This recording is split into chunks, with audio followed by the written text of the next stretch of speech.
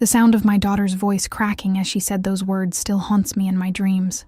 "I'm sorry, Mom," Ashley sobbed, mascara streaming down her face. But it was too late. The papers were already signed. My own flesh and blood had betrayed me in the worst possible way, stealing not just my home, but the last 20 years of my life savings. All with a signature I never thought she was capable of forging. I remember how the fluorescent lights of the bank buzzed overhead as the manager slid the documents across his mahogany desk. His voice was clinical, detached. "Mrs. Bennett, I'm afraid these withdrawal forms appear to be in order. The funds were transferred 3 days ago." My hands trembled as I gripped the edge of the desk, the room spinning around me. "That's impossible," I whispered. "I never signed anything." It wasn't until I saw the signature that my blood ran cold. The curve of the E in Elizabeth, the way the B in Bennett looped at the bottom. It was mine, but not mine. So similar that only a daughter who had watched me sign permission slips and birthday cards for decades could have replicated it with such precision. I'd raised Ashley alone after her father walked out when she was just 4 years old. Every dance recital, every scraped knee, every college application. It was always just the two of us against the world, or so I thought. The bank manager's eyes held a mixture of pity and discomfort as he explained that $237,000 had been withdrawn. My retirement fund, the money from selling my late parents' home, everything. I clutched my purse tighter, feeling the worn leather under my fingertips, remembering how I'd skipped buying myself new things for years, so Ashley could have everything she needed. "We can file a fraud claim," he offered, but his tone suggested he already knew the complexity of accusing your own daughter. The words "family matter" hung unspoken in the air between us.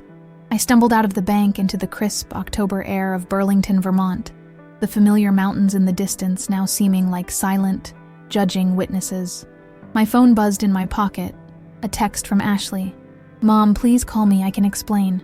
Explain what? How she had systematically emptied my accounts. How she had convinced me to add her name to my banking, just in case something happens to you, Mom. How the daughter I'd sacrificed everything for had decided that at 58, I didn't deserve the security I'd spent decades building. The coffee shop across the street from the bank had been my morning ritual for years. Marge, the owner, took one look at my face as I entered and immediately poured my usual, black with 1 sugar. "Elizabeth, honey, you look like you've seen a ghost," she said, sliding the mug toward me. If only it were a ghost. Ghosts you can exorcise. Betrayal by your only child burrows into your soul and builds a nest there. I hadn't cried yet.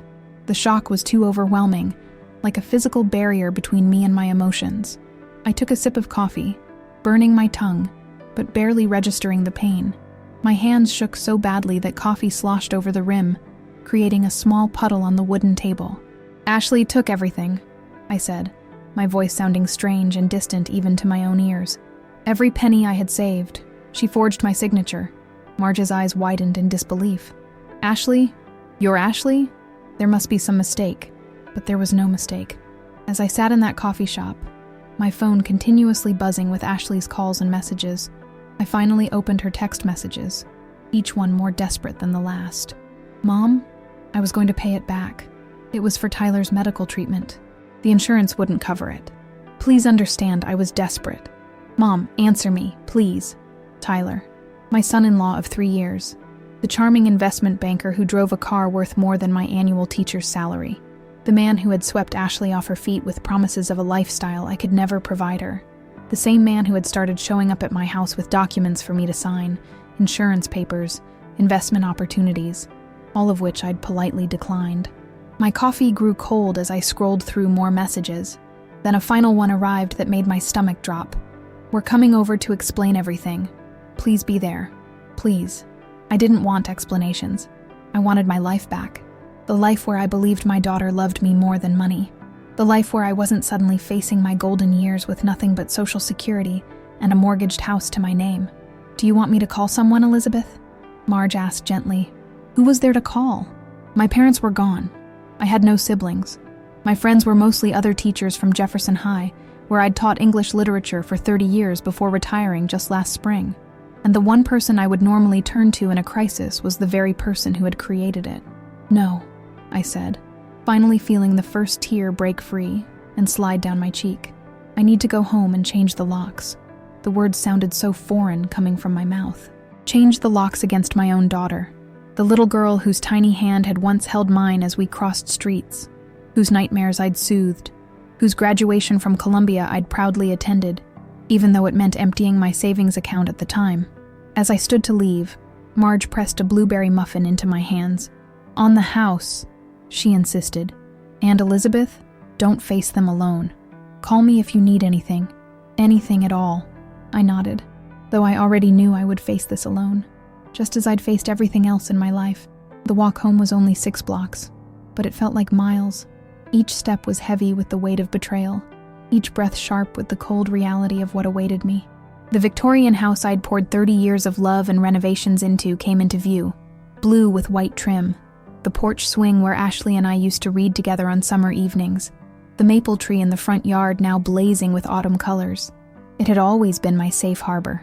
But now, as I approached, I saw them, Ashley and Tyler, sitting on my porch steps, waiting. Ashley's face was puffy from crying, her designer coat wrinkled as if she'd been wearing it all night.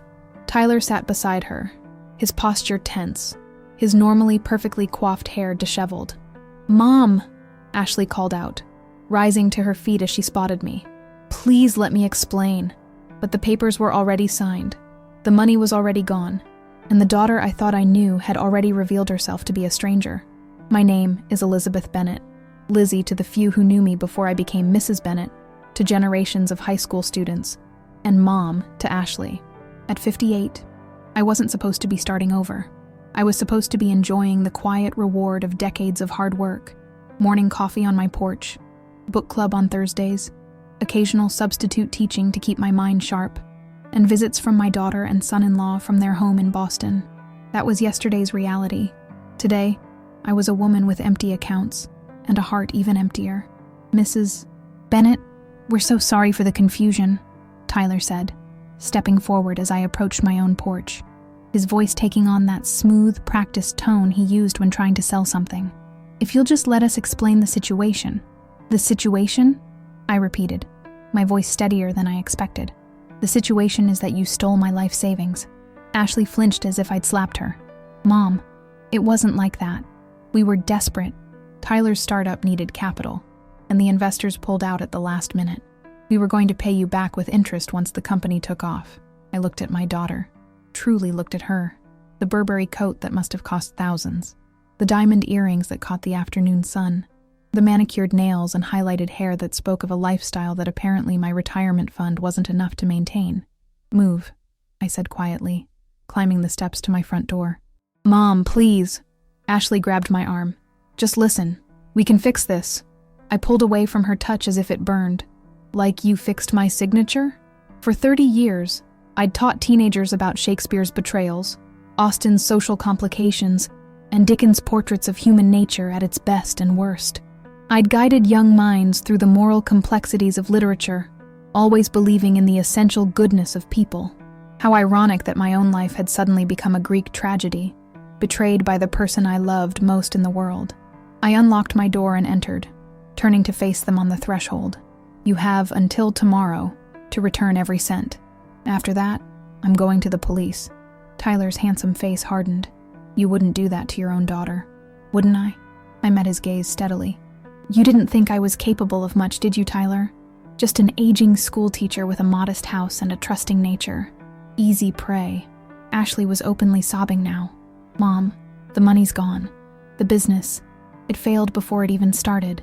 Tyler's partner took the capital and disappeared. Of course it did." I almost laughed at the predictability of it all. "Then I suggest you start selling things," I said, looking pointedly at her coat, her earrings, the luxury SUV parked at the curb. "Starting with that watch," I added, nodding toward Tyler's wrist where a Rolex gleamed. "You don't understand," Ashley pleaded. "We're underwater on the condo. The car payments are killing us, and Tyler's been out of work for months. His depression—" "Don't!" I cut her off sharply.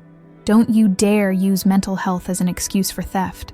I'd spent years counseling students through genuine crises, recognizing the difference between struggles and manipulation. I stepped inside and began to close the door. "Tomorrow," I repeated, "or I file charges." You're really choosing money over your own daughter? Ashley's voice cracked with disbelief. My hand froze on the door. No, Ashley. You did that. I shut the door firmly and leaned against it, listening to their muffled argument on the porch. Ashley's sobs, Tyler's increasingly agitated tone. Eventually, I heard their footsteps descend the stairs, the car door slam, and the engine start. Only then did I allow myself to sink to the floor, my back against the door that had just shut out the person I loved most in this world. The house around me was suddenly too large, too quiet. Every corner held memories of Ashley, her first wobbly steps across this very entryway, her teenage feet thundering down the stairs, her graduation pictures on the mantel. Love and betrayal occupied the same space now, like oil and water in the same glass. My phone rang again. Ashley. I silenced it, and instead called the only person I could think of. Margaret Reynolds, my oldest friend answered on the third ring. Maggie, I said, my voice finally breaking. I need help. Maggie had been my colleague at Jefferson High for 25 years before moving to administration. We'd survived marriages, divorces, hers not mine, health scares, and curriculum changes together. If anyone would know what to do, it would be Maggie. I'll be there in 15 minutes, she said without hesitation, after I explained what had happened. Don't open the door for anyone but me. While waiting for Maggie, I moved through my house as if seeing it for the first time. The kitchen where I'd taught Ashley to bake cookies. The backyard where she'd practiced soccer until dark. The living room where we'd watched old movies on rainy Sundays. I picked up a framed photo from the side table. Ashley at her college graduation, her arm around my shoulders, both of us beaming. You were so proud of me that day, she had said. Was this the plan even then? To take everything I'd worked for? A knock at the door pulled me from my thoughts. Through the peephole, I saw Maggie's concerned face, her silver-streaked brown hair pulled back in its usual practical ponytail. Oh, Lizzie, she said as I opened the door, immediately pulling me into a hug. Maggie was the only one who still called me Lizzie, a reminder of a younger, more carefree version of myself. I brought reinforcements, she said, holding up a bottle of wine and a folder of papers.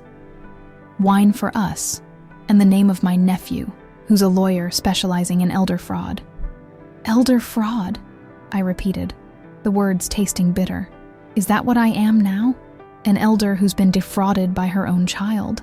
Maggie's eyes softened. You're a victim, Lizzie, and there are laws to protect you. We settled in my kitchen, the heart of my home where I'd nurtured so many, now the command center for my defense against the person I'd nurtured most. First things first, Maggie said, pouring generous glasses of wine. We change your bank accounts, your passwords, your credit cards, everything. Then we document exactly what was taken and how. My nephew can be here tomorrow morning. I nodded, feeling something harden inside me. Not just determination, but a seed of anger that had been dormant until now.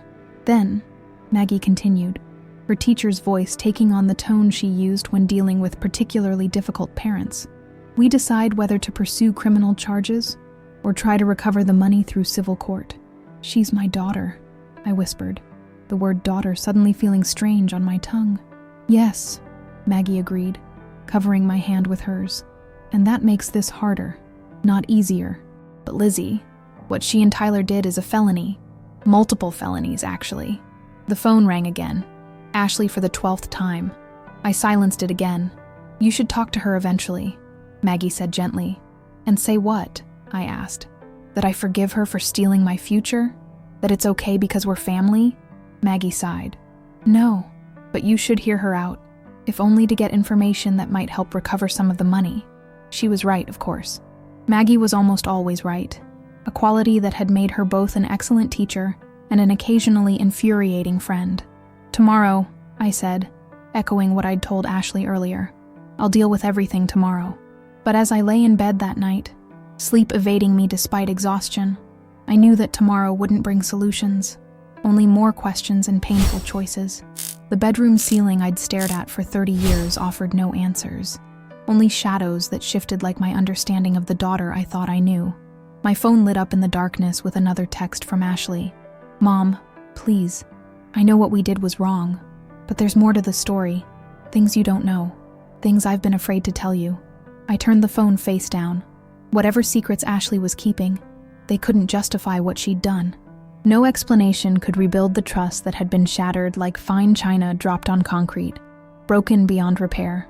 Outside my window, the maple tree's leaves rustled in the night breeze, their seasonal death a reminder that all things change, all things end. Even a mother's unconditional love has its limits, and mine had just found its boundary.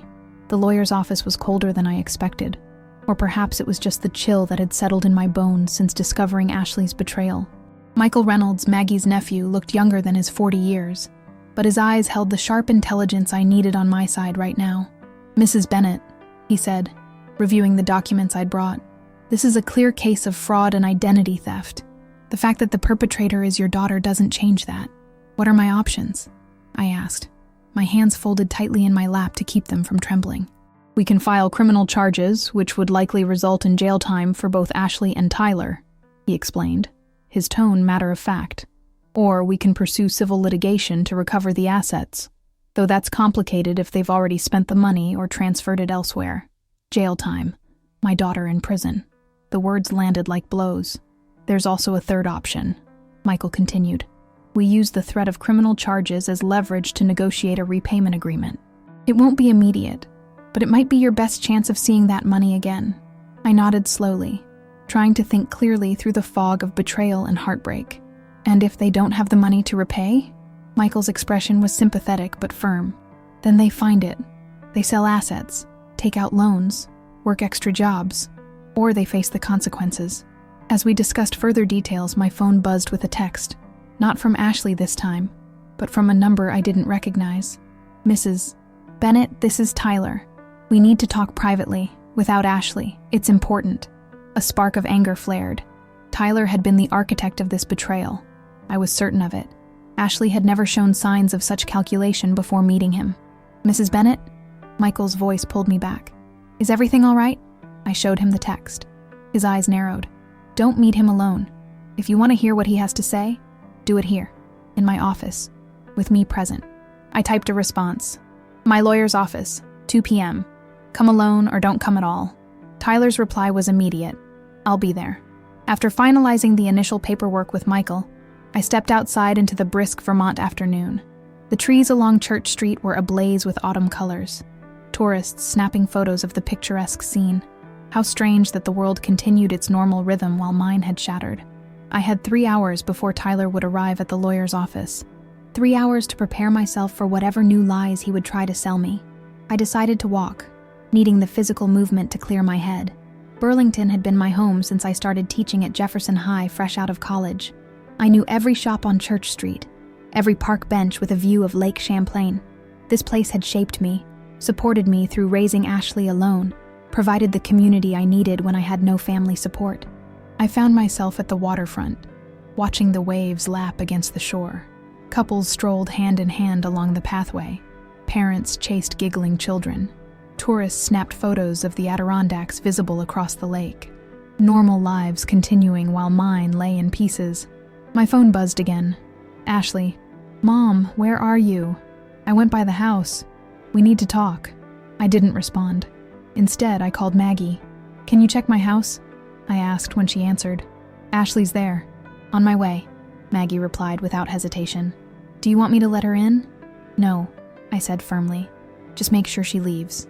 And see if she has a key." The implication hung heavy between us. If Ashley still had a key to my house, what else might she take? "I'll handle it," Maggie assured me. "Where will you be?" "Meeting Tyler at Michael's office at 2, I replied. "He wants to talk without Ashley." Maggie's concern was immediate. "Lizzie, be careful. That man is a manipulator." "I know," I said. "Michael will be there." After ending the call, I found a bench facing the water and sat, trying to prepare myself mentally for whatever Tyler might say. Would he try to convince me it was all a mistake? Beg for mercy? Offer some partial repayment scheme that would leave me with pennies on the dollar? My thoughts were interrupted by a familiar voice. "Mrs. Bennett?" I looked up to see Caleb Anderson, a former student who had graduated about 5 years ago. He'd been one of my favorites. Bright, thoughtful, with a talent for writing that had earned him a scholarship to study journalism. "Caleb," I said, forcing a smile. "How are you?" "Good," he replied, sitting beside me when I gestured to the empty space. "I'm back in Burlington working for the Free Press now." That's wonderful, I said, genuinely pleased despite my circumstances. Your parents must be proud.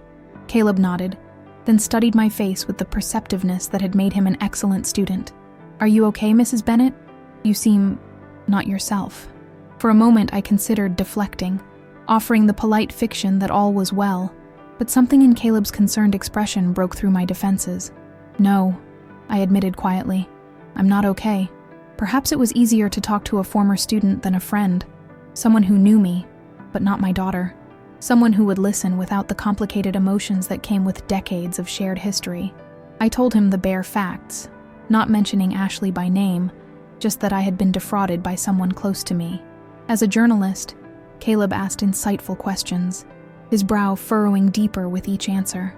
That's terrible, he said when I finished.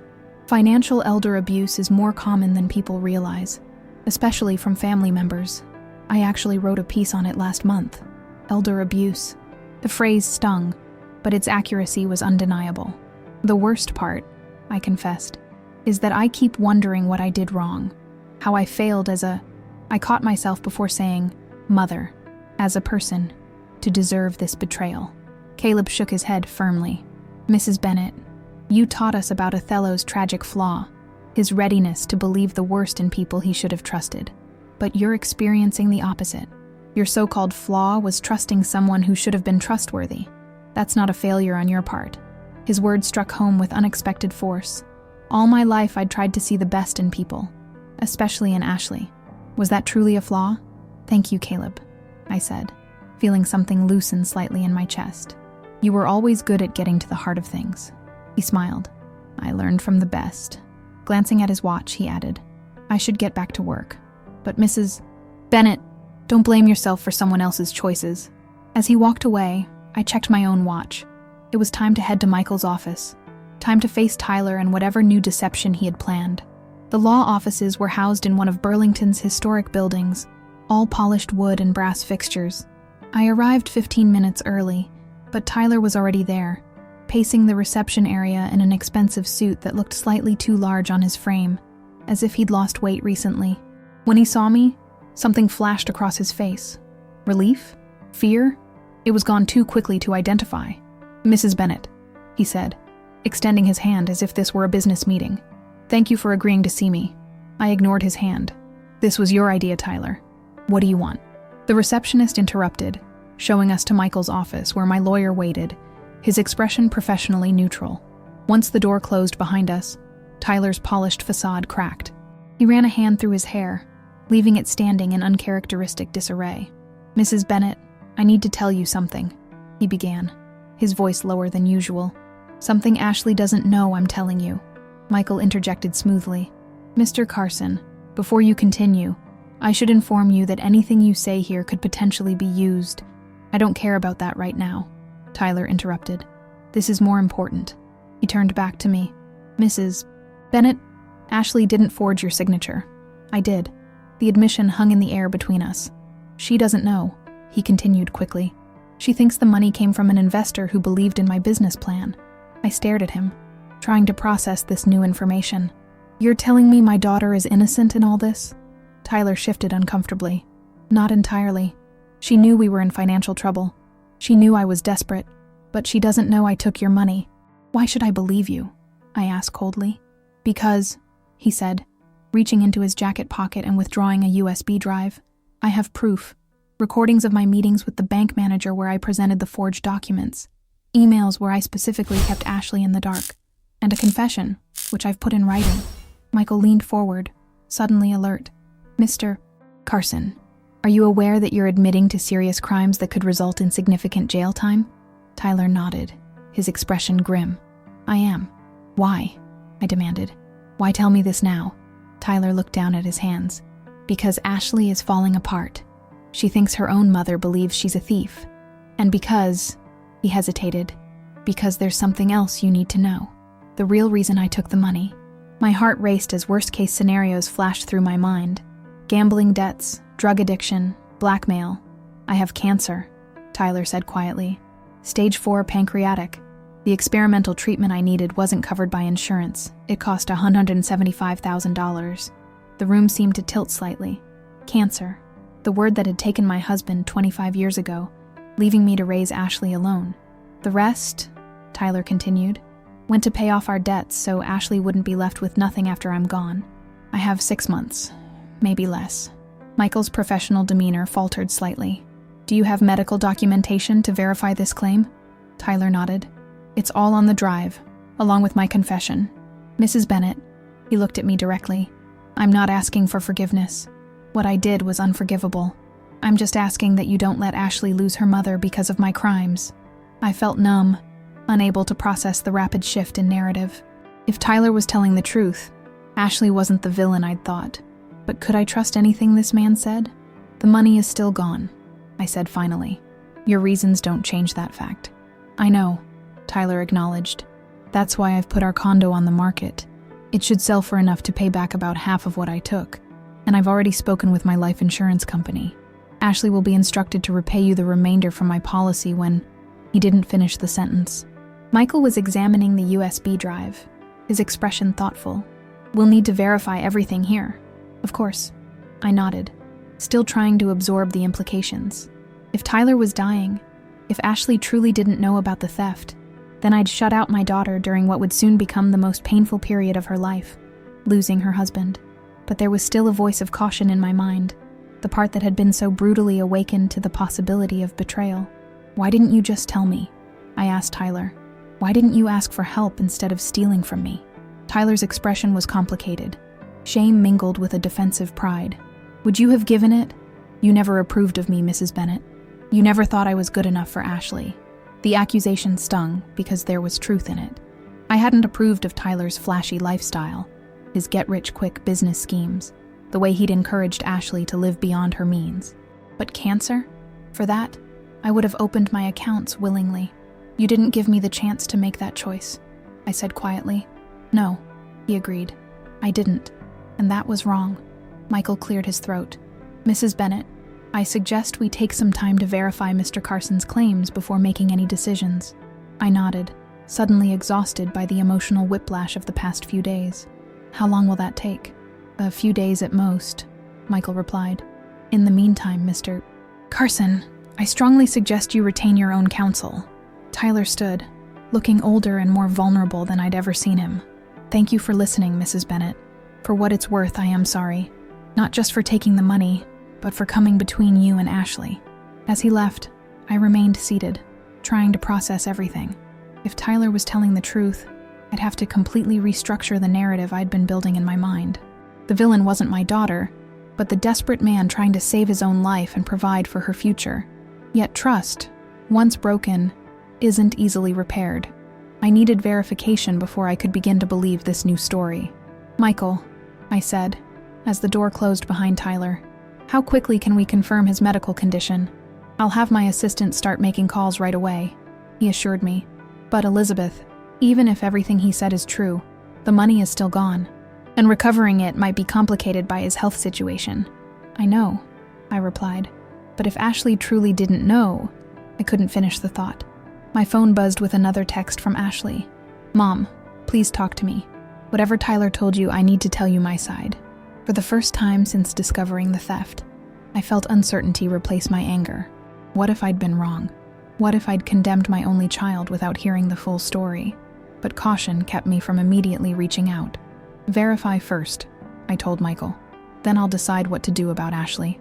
As I left his office, the autumn sun was setting over Lake Champlain, casting long shadows across the city I'd called home for so long. Everything looked the same as it had yesterday, and yet nothing was as it seemed. The papers were already signed. The money was already gone. But perhaps the story behind those facts was more complicated than I had initially believed. And if that was true, I had a difficult choice ahead, whether to reach out to my daughter or continue to protect myself from what might be an elaborate deception. Either way, something precious had been lost that could never be fully restored. My unwavering trust in the goodness of those I loved most. My earliest memory of Ashley is her tiny hand wrapped around my finger in the hospital room, her eyes squeezed shut against the brightness of the world. James, my husband, had taken one photo before rushing back to his residency at the hospital. I'll be back as soon as I can, he had promised. 6 months later, the first symptoms appeared. Fatigue, weight loss, jaundice, pancreatic cancer, the same disease that Tyler now claimed was taking his life. James fought hard, enduring brutal treatments that left him a shadow of the vibrant man I'd married. "Take care of our little girl," he had whispered in his final days. "Make sure she knows how much I loved her." I had dedicated my life to fulfilling that promise, working extra jobs to ensure Ashley never felt the absence of her father in material ways, even if the emotional void could never be filled. Summer school teaching, weekend tutoring, grading standardized tests during holidays, anything to provide the dance lessons, the soccer camps, the college education that James would have wanted for her. The day Ashley graduated from Columbia, I stood in the crowd, tears streaming down my face, whispering to James, "We did it. She did it. Our daughter, launching into a bright future, the culmination of years of sacrifice and love." Now, sitting in my kitchen 3 days after Tyler's confession, those memories swirled around me as I waited for Michael's call. Maggie sat across from me, her presence a silent comfort, as it had been through so many crises over the decades. "What will you do if he's telling the truth?" she asked finally, breaking the silence. I traced the rim of my coffee mug, buying time. "I don't know." "Yes, you do," Maggie said gently. "You'll forgive Ashley. You'll support her through losing Tyler. You'll be the mother you've always been." "And if I can't?" I asked, voicing the fear that had been growing. What if I can't get past the betrayal, even if it wasn't directly her doing? What if that trust is broken forever? Maggie reached across the table and squeezed my hand. "Lizzie, you forgave James for leaving you alone with a baby when he died. That's different," I protested. "He didn't choose to die." "No," she agreed, "but you were still angry with him." I remember. She was right. In those first raw years of widowhood, beneath the grief had been anger. At James for leaving, at the universe for its cruelty, at myself for being insufficient. I had worked through that anger for Ashley's sake, learning to speak of her father with love rather than bitterness. "Ashley may not have forged your signature," Maggie continued, "but she's been complicit in Tyler's financial irresponsibility for years. You'll have to work through that together, just like you've worked through everything else." My phone rang, Michael's name appearing on the screen. My hand trembled slightly as I answered. "Elizabeth." Michael's voice was somber. "I've confirmed Tyler's medical diagnosis. He has stage 4 pancreatic cancer with metastasis to the liver. His oncologist gives him 3 to 6 months. Though I had prepared myself for this possibility, the confirmation still hit like a physical blow. "And the theft? The forgery?" "Also confirmed," Michael replied. "The bank's security footage shows Tyler, not Ashley, presenting the documents. The handwriting analysis suggests he practiced your signature extensively." I closed my eyes, absorbing the implications. "Has he told Ashley yet?" "Not according to his lawyer," Michael said. "He's planning to tell her tonight, after they meet with her attorney." "Elizabeth, there's something else you should know. Tyler's medical bills are substantial. The experimental treatment he mentioned did cost approximately what he claimed, but there's no guarantee it will extend his life significantly. The tragedy of it struck me anew, not just my loss, but Ashley's impending loss. Tyler's desperate gamble for more time. "What do you recommend?" I asked, though I already knew what I needed to do. "From a legal perspective, we have a strong case for restitution," Michael explained. "The condo sale and life insurance should eventually recover most of your funds. From a personal perspective," he hesitated. "That's not for me to say." After ending the call, I relayed the information to Maggie, who nodded slowly. "So Tyler is dying, and Ashley doesn't know he stole from you," she summarized. "What a mess." "I need to see her," I said, the decision crystallizing as I spoke. "Before Tyler tells her everything, I need to see my daughter." Maggie looked concerned. "Are you sure? This is all still very raw." "I'm sure," I said, standing. "Can you drive me to their place in Boston?" The 3-hour drive from Burlington to Boston gave me time to prepare what I would say to Ashley. The early October landscape blurred past the window, mountains giving way to rolling hills, trees aflame with autumn colors that would have been beautiful under different circumstances. "What exactly are you hoping to accomplish?" Maggie asked as we crossed into Massachusetts. "I don't know," I admitted. "I just know I need to hear Ashley's side before Tyler reveals everything. I need to understand how much she knew, how complicit she really was." Ashley and Tyler lived in a luxury condo in Boston's Back Bay, a neighborhood I could never have afforded on a teacher's salary. As Maggie parked on a nearby side street, I felt a flutter of anxiety. What if Ashley rejected me? What if she blamed me for investigating instead of trusting her? "Do you want me to come up?" Maggie asked. I shook my head. "This needs to be between Ashley and me." The doorman looked skeptical when I asked for Ashley Carson, but called up to announce me. Moments later, Ashley herself appeared in the lobby, her eyes red-rimmed, her clothing uncharacteristically rumpled. "Mom?" she whispered, shock evident on her face. "You came." I nodded, suddenly unable to speak past the lump in my throat. She led me to the elevator, neither of us breaking the tense silence as we ascended to the 12th floor. Their condo was as I remembered it, sleek, modern, with floor-to-ceiling windows overlooking the Charles River. But there were subtle changes. Moving boxes stacked in one corner, empty spaces on shelves where decorative items had been removed. "You're packing," I observed. Ashley nodded, gesturing for me to sit on the white leather sofa. "We're downsizing. The market's good right now. And She trailed off, not meeting my eyes. "Ashley," I began carefully, "I need to know what you understand about your financial situation, about where the money came from for Tyler's treatments." Her head snapped up. "How did you know about the treatments? Did Tyler talk to you?" The confirmation was there in her surprise. She truly didn't know about the theft. "Yes," I said simply. "He came to see me." Ashley's face crumpled. "He wasn't supposed to tell anyone. He was so adamant about keeping it private. Said he didn't want pity." "The treatments are expensive," I prompted. She nodded, twisting her wedding ring anxiously. "Over $100,000. But an angel investor came through for Tyler's business just in time. The timing it felt like a miracle. An angel investor. The lie Tyler had told to cover his theft from me. And you believed that?" I asked, unable to keep a hint of skepticism from my voice. "Why wouldn't I?" Ashley's defensive tone was familiar from her teenage years. "Tyler has amazing business ideas. Someone was bound to recognize that eventually."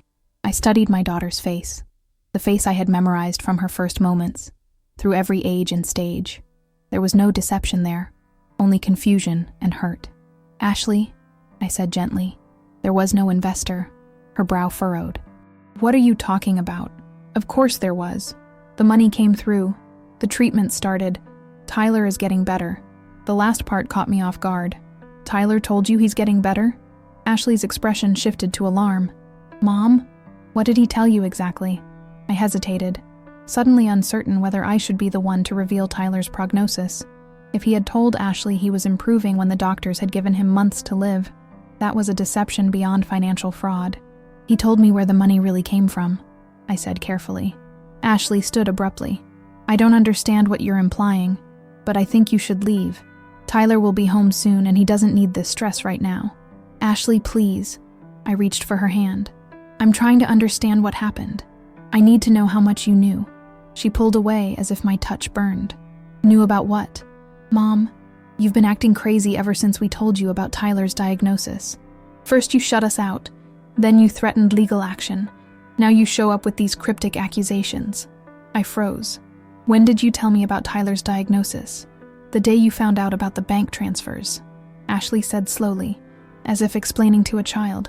"We came to your house to explain everything. Why we needed to be added to your accounts. Why we needed to liquidate some of your investments for the treatments. You wouldn't listen. You just kept saying we betrayed you." The pieces shifted again, the puzzle rearranging itself into yet another pattern. "Ashley, I never knew Tyler was sick until 3 days ago." She stared at me. "That's not possible. We told you weeks ago. You agreed to help, to let us manage the financial arrangements since you said numbers always confused you." A cold realization dawned. Tyler's deception went deeper than I had imagined. He hadn't just lied to Ashley about the source of the money. He had created entirely separate narratives for each of us. "Ashley," I said carefully, "I never agreed to any of that. I never knew Tyler was sick until he told me himself this week. I never authorized anyone to access my accounts." "But that's..." Ashley sank back onto the sofa, her face pale. "That's not what Tyler told me." Before I could respond, we heard a key in the lock. Tyler entered, his thin face showing surprise and alarm at seeing me there. "Elizabeth," he said, his voice strained. "I didn't expect to see you here." The look that passed between him and Ashley spoke volumes. His fear, her confusion. "Tyler," Ashley said slowly, "Mom says she never knew you were sick, that she never agreed to help with the treatments." Tyler's carefully constructed facade began to crumble before my eyes. "Ashley, I can explain." "Explain what?" she demanded, rising to her feet again. "What's going on, Tyler?" I stood as well, suddenly feeling protective of my daughter in a way I hadn't since she was small. "I think it's time for the truth, Tyler. All of it." He looked from Ashley to me, then back again, like a cornered animal seeking escape. "I was trying to protect you both," he said finally. "Ashley, from worrying about money when she should be focusing on supporting me. And Elizabeth, from feeling obligated to help someone she never approved of. So you lied to us both?" Ashley's voice rose. "You told me Mom knew everything and had agreed to help. You told her... What exactly did you tell her, Tyler?" "Nothing," I answered for him. "He forged my signature and took my money without my knowledge. Then when I discovered the theft, he came to confess. Not to me, but to my lawyer, to make sure his confession was on record." Ashley's face drained of color as she turned to Tyler. "Is this true?" For a moment, I thought he might continue to lie, to create yet another version of events. But something in Ashley's expression must have reached him, because he nodded slowly. "Yes," he admitted. "I took the money. I forged the signature. I created a story for each of you that would keep you from comparing notes." "Why?" Ashley whispered, tears filling her eyes. "Why not just tell us both the truth?" Tyler sank into a chair, suddenly looking every bit the sick man he was. "Because the truth is ugly, Ashley. The truth is that I'm dying, and no experimental treatment is going to change that. The truth is that I've been lying about my business success for years, taking bigger and bigger risks to maintain the lifestyle I promised you." As Ashley stood frozen in shock, Tyler turned to me. "The truth, Elizabeth, is that I never believed you would help me. You saw through me from the beginning, knew I wasn't good enough for your daughter, and you were right." The admission hung in the air between us, raw and painful. "How much of it was lies?" Ashley asked, her voice barely audible. "The treatments, the prognosis. Are you even sick?" "The cancer is real," Tyler said quietly. "Stage 4 pancreatic with metastasis. But the treatments aren't working, Ashley. The doctors gave me 3 to 6 months, not the year I told you. I wanted..." His voice broke. "I wanted to give you one last good year together before I had to leave you." Ashley made a sound somewhere between a gasp and a sob, covering her mouth with her hand. "So all this time, when you've been telling me you're getting better..." "I'm sorry," Tyler whispered. "I couldn't bear to see you in pain." I moved to Ashley's side, instinctively reaching to comfort my child in distress. This time, she didn't pull away. "And the money?" she asked Tyler. "Mom's retirement savings? Some went to the treatments," Tyler admitted. "The rest? Securing our future. Your future, after I'm gone. By stealing from my mother," Ashley said. The words not a question, but an accusation. Tyler had no answer for that. His head bowed in acknowledgement of his crime. The three of us remained frozen in this tableau of revelation and pain. Tyler in his chair, Ashley and I standing together, united again in the face of deception. In that moment, I saw with perfect clarity the road ahead. It would be difficult, painful, filled with legal complications and emotional reckonings. Ashley would lose her husband, not just to death, but to the knowledge that he had betrayed both her and me.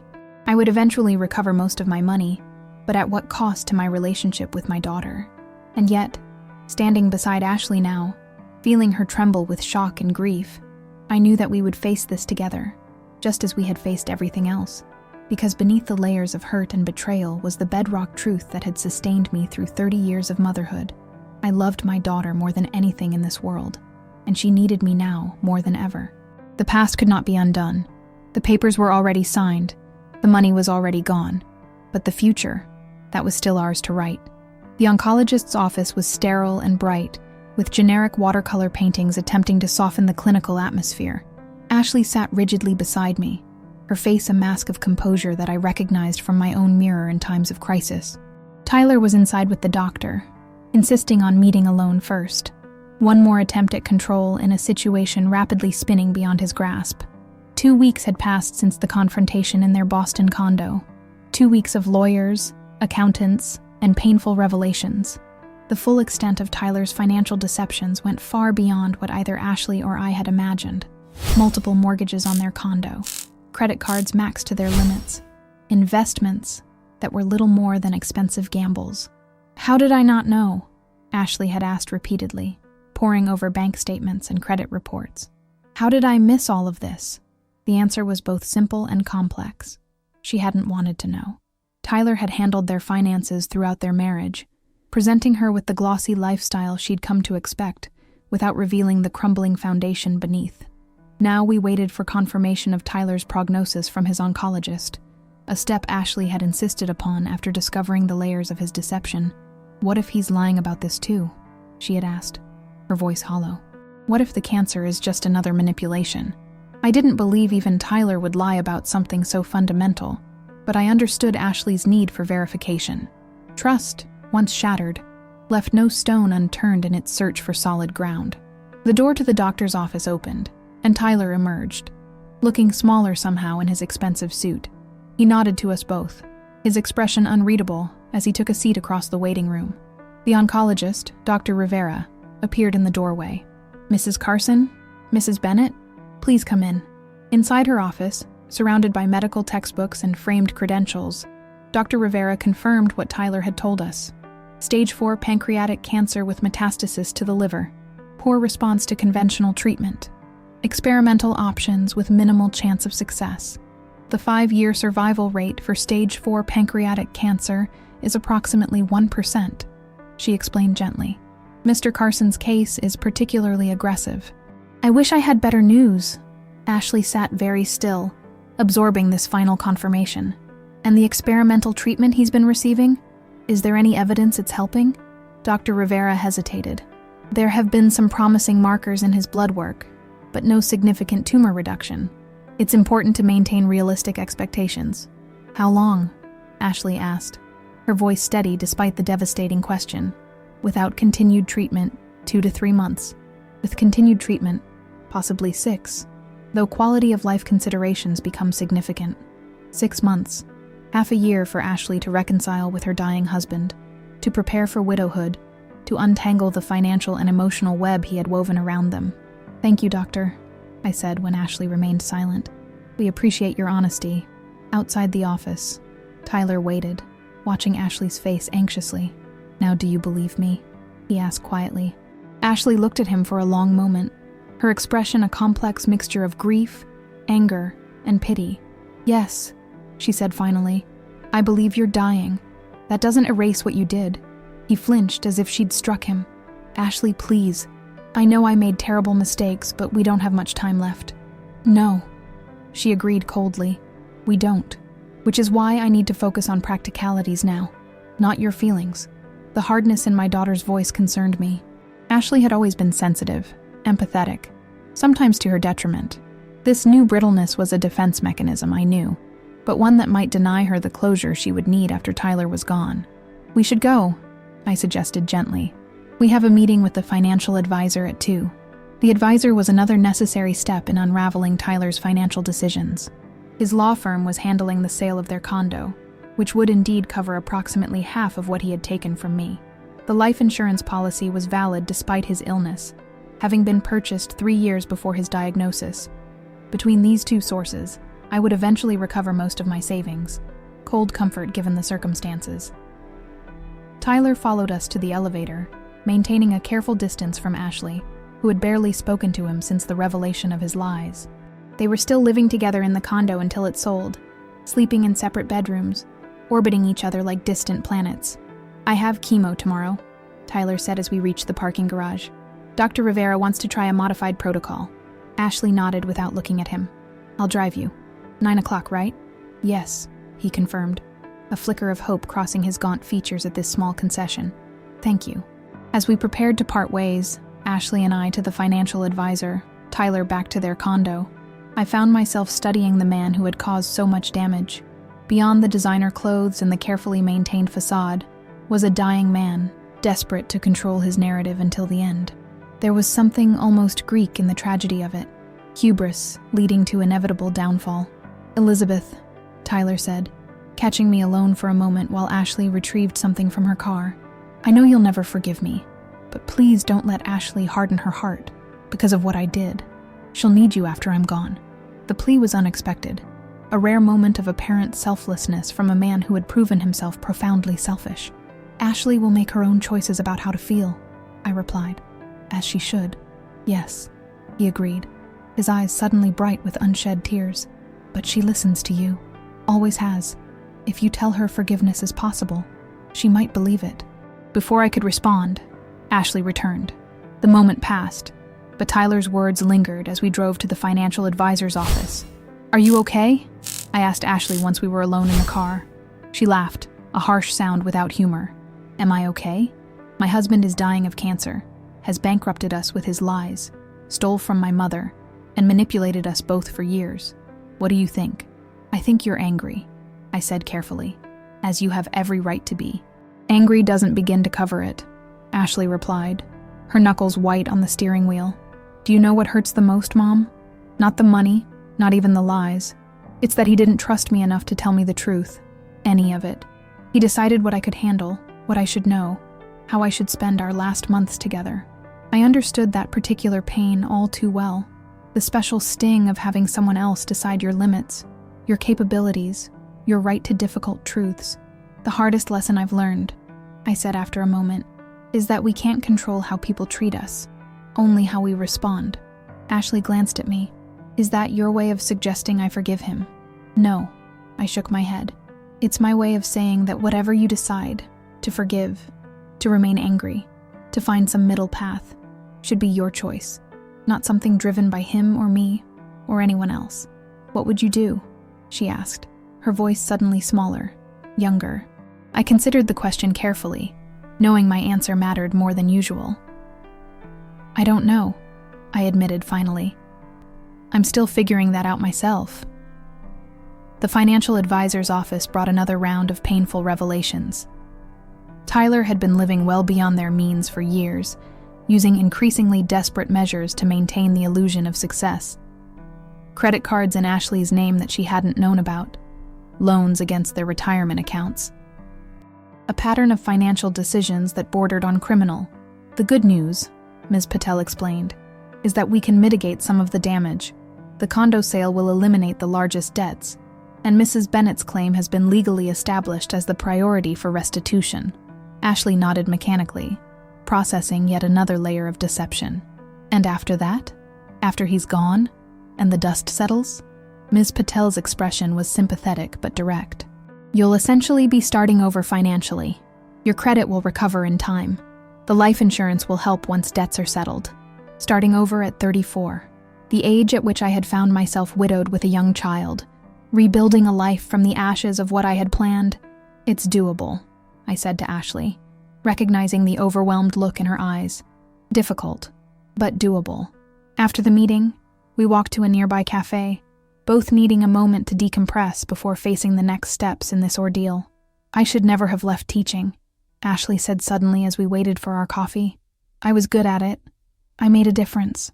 She had taught high school chemistry for 3 years after college, before Tyler convinced her to join his latest startup venture as the education market expert, another casualty of his grandiose plans. You can go back, I pointed out. Schools always need good science teachers. Ashley's smile was sad. Back to a starter salary? Back to my mother's profession after acting like I was too good for it? Is that what you think? I asked, surprised. That you thought you were too good for teaching? She looked down, ashamed. Not exactly. But I let Tyler make me believe that I was meant for bigger things. That following his dreams was more important than building my own career. God, I was so stupid. Not stupid, I corrected gently. Hopeful. In love. Wanting to believe in your husband's vision. Did you ever feel that way about Dad? She asked. Like you were giving up parts of yourself to support his dreams? The question caught me off guard. Ashley rarely asked about her father, as if afraid that mentioning him might cause me pain. Sometimes, I admitted. Your father was brilliant, driven. His medical career consumed him even before he got sick. There were moments I felt invisible in the shadow of his ambition. How did you handle it? I considered my answer carefully. I reminded myself that I had chosen him, chosen us, every day. That marriage isn't about never feeling diminished or overlooked. It's about whether the relationship, on balance, makes you more fully yourself. And did it? With Dad? Yes, I said without hesitation. Even in the hard times. Even at the end. Ashley absorbed this, sipping her coffee thoughtfully. It didn't with Tyler, she said finally. I see that now. I became less myself, not more. The admission seemed to cost her, but also to free something within her. Naming the truth often does. I'm sorry, Mom, she said after a moment. Not just for what he did to you, but for who I became with him. Someone who valued appearances over substance. Someone who let money become more important than integrity. Ashley, I reached for her hand across the table. You are not responsible for Tyler's choices. No, she agreed. But I am responsible for mine. For not asking questions when things didn't add up. For enjoying the lifestyle without questioning its source. Her accountability was both painful to witness and profoundly necessary. My daughter was finding her way back to herself through this crucible of betrayal and loss. What will you do now? I asked. After the condo sells? She hesitated only briefly. I'd like to come home to Burlington if that's okay. Just until I figure out my next steps. I can't stay in Boston after he's gone. Of course, I said, relief washing through me at the thought of having her close again. The house has always been your home too. Even after everything that's happened? Ashley's voice wavered. Even after what he took from you? Ashley, I said firmly, what was taken can be replaced. Eventually. What can't be replaced is time together. If these past weeks have taught me anything, it's that. She nodded, tears spilling over. I keep thinking about how different things could have been if Tyler had just been honest from the beginning. If he had trusted me, trusted you, with the truth about his illness, about our finances. The power of honesty, I murmured, thinking of how many tragedies, in literature and in life, stemmed from secrets kept and truths denied. As we left the cafe to head back to Burlington, leaving Ashley's car for her to drive home later, I found myself contemplating Tyler's earlier plea. He had asked me to help Ashley find forgiveness, not for his sake, but for hers. And while I wouldn't tell my daughter how to process this betrayal, I could offer the wisdom of my own experience. Ashley, I said as we crossed the Massachusetts border into Vermont, the mountains rising before us. When your father died, I was angry with him too. She looked at me in surprise. You were? Why? For leaving me alone, for not fighting harder, for making promises about our future that he couldn't keep. I kept my eyes on the road, these admissions still difficult even decades later. It wasn't rational, but grief rarely is. Did you ever stop being angry? She asked quietly. Yes, I said. Not because he deserved forgiveness, but because I deserved peace. Carrying that anger was exhausting. It was taking up space where good memories belonged. Ashley was silent for several miles, watching the landscape shift around us. I don't know if I can get there with Tyler, she said finally. What he did was deliberate, not like Dad getting sick. I know, I acknowledged, and you might never forgive him completely. That's your prerogative. I just want you to be open to the possibility that someday, letting go of the anger might be what's best for you, not for him. She nodded slowly, considering. One day at a time, right? One day at a time, I agreed.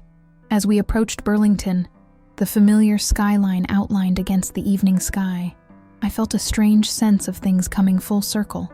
Ashley would return to her childhood home, not as the successful businesswoman she had portrayed herself to be, but as a soon-to-be widow rebuilding her life from the ground up.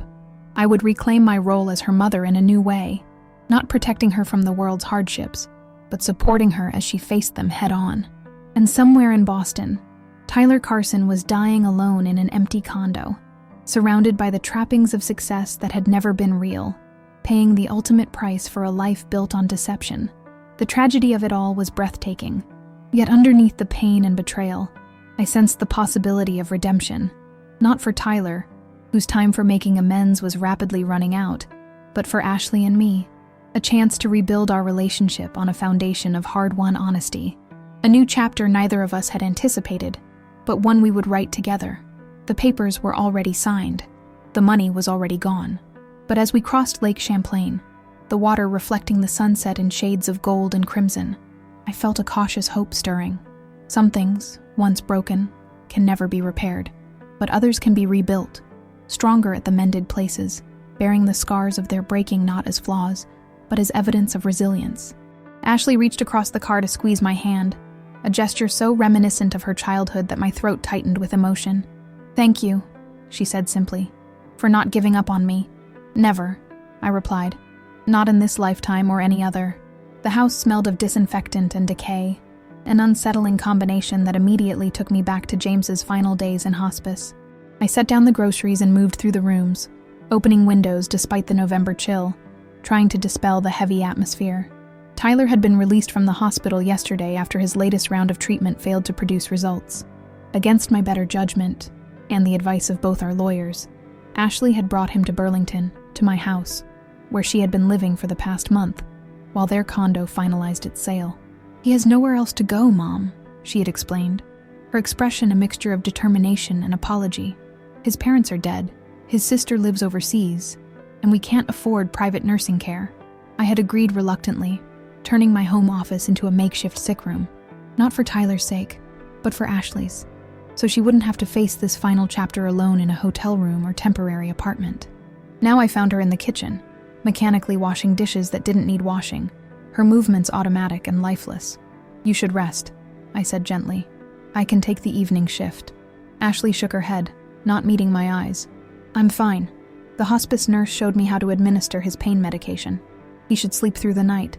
The word hospice hung in the air between us. Tyler had signed the papers last week, officially declining further treatment in favor of palliative care. The experimental protocols had ravaged his body without slowing the cancer's progress. What had begun as a 6-month prognosis had accelerated to weeks, perhaps days. "Has he eaten anything?" I asked, putting away the groceries. Bland, soft foods that might tempt a failing appetite. "A few bites of applesauce around noon," Ashley replied.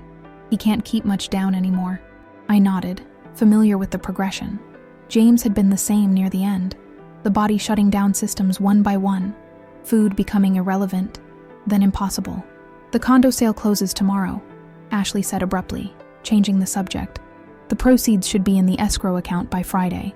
Business matters had become Ashley's refuge, a way to focus on concrete problems rather than the emotional morass of her husband's impending death and the betrayal that preceded it. "That's good," I said. "One less thing to worry about." The irony wasn't lost on either of us. Tyler's theft of my retirement savings would be partially rectified by the sale of the luxury condo he had purchased to maintain the illusion of success, a hollow victory at best. "I'm going to check on him," Ashley said, drying her hands on a dish towel. "Call if you need anything." As she disappeared down the hallway, I sank into a kitchen chair, suddenly exhausted. The past 2 months had been a marathon of legal meetings, medical appointments, and emotional reckonings. Ashley and I had spent hours with a financial advisor, mapping out a plan for her future, a teaching certification renewal, a modest apartment once Tyler was gone, a structured repayment of my remaining losses from her eventual inheritance of Tyler's life insurance. All necessary, practical steps, all utterly inadequate in the face of the human tragedy unfolding in my guest room. A soft knock at the front door roused me from my thoughts. Through the peephole, I saw Maggie, holding a casserole dish and wearing the determined expression that had intimidated generations of high school students. "Dinner," she announced when I opened the door, "and moral support, though I brought enough wine to substitute for the latter if you prefer." Despite everything, I smiled. Maggie had been my constant through this ordeal, offering practical help and unflinching honesty in equal measure. "You're a lifesaver," I said, taking the dish. "Come in, but be warned. It's not exactly cheerful in here." "I didn't come for cheerful," she replied, following me to the kitchen. "I came because you sounded exhausted on the phone, and because Ashley texted me that Tyler took a turn for the worse last night." I set the casserole on the counter, surprised. "She texted you?" Maggie nodded, removing her coat. "We've been talking regularly since she moved back. She needs someone to vent to who isn't you." The revelation stung slightly, though I understood the logic. Ashley was trying to protect me from the full weight of her grief and anger, just as I had often protected her from mine. "How bad is it?" Maggie asked, lowering her voice. "Bad," I admitted. "Hospice says days, maybe a week." Maggie squeezed my arm. "And how are you holding up, having him here?" It was a question no one else had dared ask. How it felt to have the man who had betrayed me dying under my roof, requiring care and compassion I wasn't sure I possessed. "It's complicated," I said finally. I hate what he did to us. I can't forgive the theft, the lies, the manipulation, but watching anyone suffer this way, I trailed off, unable to articulate the conflicting emotions. Makes it hard to maintain righteous anger, Maggie finished for me. Exactly, I agreed. And then I feel guilty for not being able to sustain my anger, as if letting it go somehow condones what he did. Maggie began unpacking the bag she'd brought. Wine, crusty bread, a container of soup separate from the casserole, comfort foods for a house of sorrow. Forgiveness isn't the same as approval, she observed. You can acknowledge his humanity without excusing his actions. That's the problem, I said quietly.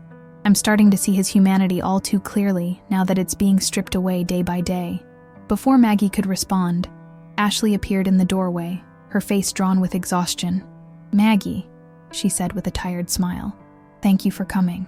Of course, honey, Maggie replied. I brought food. Real food, not that hospital cafeteria stuff you've been subsisting on. Ashley's smile wavered. That's incredibly kind, but I don't think I can eat right now. Tyler's asking for you, Mom. I froze, unprepared for this development. In the weeks since Tyler had moved in, I had provided practical support, changing sheets, preparing meals Ashley could heat up, managing the steady stream of medical equipment that arrived, but we had carefully avoided direct interaction. Me? I asked, stalling. Are you sure he didn't mean you? Ashley shook her head. He was very specific. He said he needs to speak with you. Alone. Maggie touched my shoulder. Go. I'll stay with Ashley. The hallway to the guest room seemed longer than usual, each step requiring deliberate effort. What could Tyler possibly want from me now? What words could matter at this juncture? The room was dimly lit, heavy curtains drawn against the afternoon sun. Medical equipment crowded the space, an oxygen concentrator humming in the corner, a hospital bed replacing the day bed that had once hosted visiting friends, a bedside table cluttered with medications and supplies, and in the center of it all, Tyler, or what remained of him. The disease had consumed him from the inside out, leaving a skeletal figure barely recognizable as the confident, charismatic man who had swept into my daughter's life 3 years ago. His eyes opened as I entered, still surprisingly alert, despite the morphine drip attached to his port. Elizabeth, he said, his voice a dry whisper. Thank you for coming. I moved to the chair beside the bed, maintaining a careful distance. Ashley said you wanted to see me. Tyler nodded slightly, the movement clearly requiring effort. I need to ask you something. Something important. I waited, watching as he struggled to find the strength to continue. When I'm gone, he said finally, Ashley will blame herself for not seeing through me, for bringing me into your life, for everything I've done. It wasn't a question, but I nodded in acknowledgement of the truth in his assessment. I need you to make sure she doesn't carry that burden, he continued. This was my doing, all of it. My lies, my theft, my failure as a husband and a man. I studied his face, searching for signs of manipulation even now, but found only desperate sincerity. Why are you telling me this? I asked. Why not tell Ashley directly? I've tried, he admitted. She doesn't believe me. She thinks I'm just trying to ease my conscience before the end. But you, she trusts your judgment even now. If you tell her it wasn't her fault, she might believe it. The irony wasn't lost on me, that Tyler, who had built a relationship on deception, was now asking me to convey his one honest message. I'll try, I said after a moment, but Ashley will make her own peace with this, in her own time. I can't control that process, and neither can you. He closed his eyes briefly, either in acknowledgement or exhaustion. When he opened them again, they were clearer than before, as if he'd summoned his remaining strength for what came next. There's something else, he said. Something I haven't told anyone, not even Ashley. My guard immediately rose. Even dying, was he still hiding things? The life insurance policy, he continued. It's worth more than I told you. The base amount is $1 million, as you know, but there's a double indemnity clause. For accidental death, it pays $2 million. I frowned, confused by this revelation. Tyler, you're dying of cancer. The double indemnity clause doesn't apply. A strange expression crossed his gaunt face, something between determination and desperation. It would if I died by suicide. The words landed like a physical blow. What are you saying? I'm saying, he replied, his voice steadying with terrible purpose. that I've thought about ending things before the cancer takes its final toll, making my death look like an accident. The insurance company would investigate, of course, but if it appeared I fell or had a drowning accident... Stop, I said sharply. This is insanity. Is it? He challenged. What's waiting for me, Elizabeth? Weeks of increasing pain, of organs shutting down, of Ashley watching me dissolve into nothing, and at the end of it, she gets half the insurance money I promised would take care of her.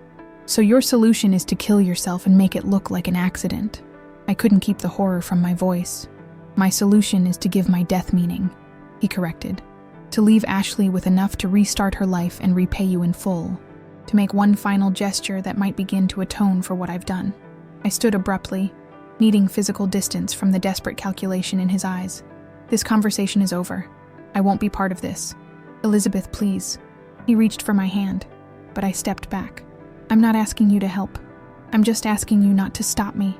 You're asking me to be complicit in your suicide, I said coldly. To lie to my daughter about how her husband died. To commit insurance fraud.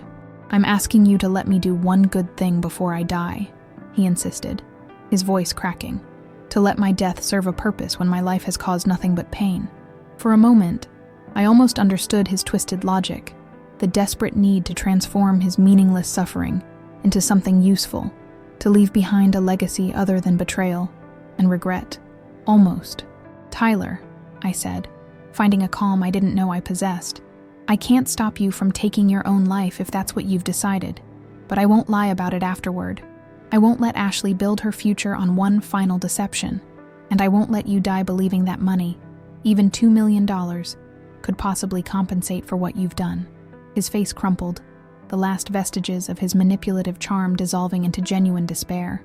Then what was it all for? The lies, the theft, all of it? If I can't even make it right in the end? The question hung in the air between us, profound in its misguided simplicity. Tyler still believed, even now, that his actions could be balanced by a ledger entry, that enough money could erase the damage he had caused. Some things can't be made right, Tyler, I said gently, finding compassion where I least expected it. Some debts can't be repaid with money. Then what? He asked, suddenly sounding young and lost. What can I possibly offer Ashley now? I considered my answer carefully, aware that these might be among the last words he would hear from me. The truth, I said finally. No more secrets, no more manipulations. Just honest regret and a clean ending. It's not much, but it's all you have left to give. Tyler turned his face toward the window, tears tracking silently down his hollow cheeks. For several minutes, neither of us spoke, the only sound the rhythmic hum of the oxygen concentrator. Will you send Ashley in? He asked finally, his voice barely audible. I think it's time I told her everything. I nodded, though he wasn't looking at me. I will. At the door, I paused, turning back to the broken man in the hospital bed. Tyler? He looked up, a question in his reddened eyes. For what it's worth, I said. I believe you loved her. In your way. A ghost of a smile touched his lips. I did, more than she'll ever know. It just wasn't enough to make me a better man. I left him then, closing the door quietly behind me, carrying the weight of his confession and his desperate plan. In the kitchen, I found Ashley and Maggie sitting in silence, cups of untouched tea before them. He wants to see you, I told Ashley. He has some things he needs to tell you. She rose immediately, concern evident in her expression. Is he worse? Should I call the hospice nurse? No, I said. He's lucid. Just listen to what he has to say. After she left, Maggie studied my face. That bad? Worse, I admitted, sinking into a chair. He was planning to kill himself and make it look like an accident for the insurance money. Double indemnity. Maggie's sharp intake of breath was the only indication of her shock. And now? Now I think he's going to tell Ashley everything. All the secrets he's been keeping. All the lies he's told. I rubbed my temples, a headache forming. It's going to devastate her all over again. But it might also free her, Maggie observed. Truth has a way of doing that. Eventually. We sat in silence for several minutes, the weight of the situation pressing down on us both. Then, from the guest room, we heard it. Ashley's cry of pain, raw and primal, the sound of another layer of illusion being stripped away. Should we go to her? Maggie asked, half rising from her chair. I shook my head. my heart breaking for my daughter even as I recognized the necessity of this moment. No, this is between them. She'll come to us when she's ready. And so we waited, the November darkness gathering outside the windows, the house quiet except for the distant sound of muffled voices from the guest room. Ashley's rising occasionally in anger or disbelief. Tyler's too weak to be heard through the walls. An hour passed, then another. Maggie heated the soup she'd brought, and we ate mechanically, not tasting the food, but needing the routine of it. The clock on the wall seemed to move both too quickly and too slowly, marking time in a house suspended between life and death, truth and consequence. Finally, near midnight, Ashley emerged, her face tear-streaked but strangely calm, a stillness about her that hadn't been there before. "He's sleeping now," she said, accepting the bowl of soup Maggie offered. "The hospice nurse is coming in the morning to adjust his medication." I searched her expression, trying to gauge what had transpired behind that closed door. "Are you all right?" Ashley considered the question seriously. "No," she answered honestly, "but I think I will be, eventually. Tyler told me everything. Things I didn't know, things I suspected but didn't want to face. It was brutal, but necessary." "I'm so sorry," I said, reaching for her hand across the table. "I know how hard this must be." "The hardest part," Ashley said, her voice steady despite the tears still drying on her cheeks, "was realizing that I've been complicit in my own deception. I chose not to see what was right in front of me because the truth was too uncomfortable." Maggie and I exchanged glances, surprised by this insight. "But now I see clearly," Ashley continued, "and I can't unknow what I know. I can't go back to who I was before." In that moment, I saw the change in my daughter, a shift from passive victim to active participant in her own story, the awakening that comes when illusions fall away, and reality, however painful, must be faced head-on. Tyler had stolen my savings, lied to us both, manipulated circumstances for his own ends, but in his final days, perhaps without intending to, he had given Ashley something valuable, the gift of clarity, of seeing herself and her choices with unflinching honesty. It wasn't redemption. Not really. The damage he had done remained. The money was still gone. The trust was still broken. But in the alchemy of human connection, even betrayal can sometimes yield unexpected wisdom. Ashley ate her soup slowly, deliberately, as if the simple act of nourishing herself was an affirmation of continuing life. When she finished, she looked up at me with eyes that had aged years in a single evening. "He told me about his plan," she said quietly. "About the insurance money and making his death look accidental." I tensed, unsure how she had received this information. "I told him no," she continued. "I told him I'd rather have nothing but the truth than a fortune built on one final lie." Relief washed through me. "And his response?" A sad smile touched Ashley's lips.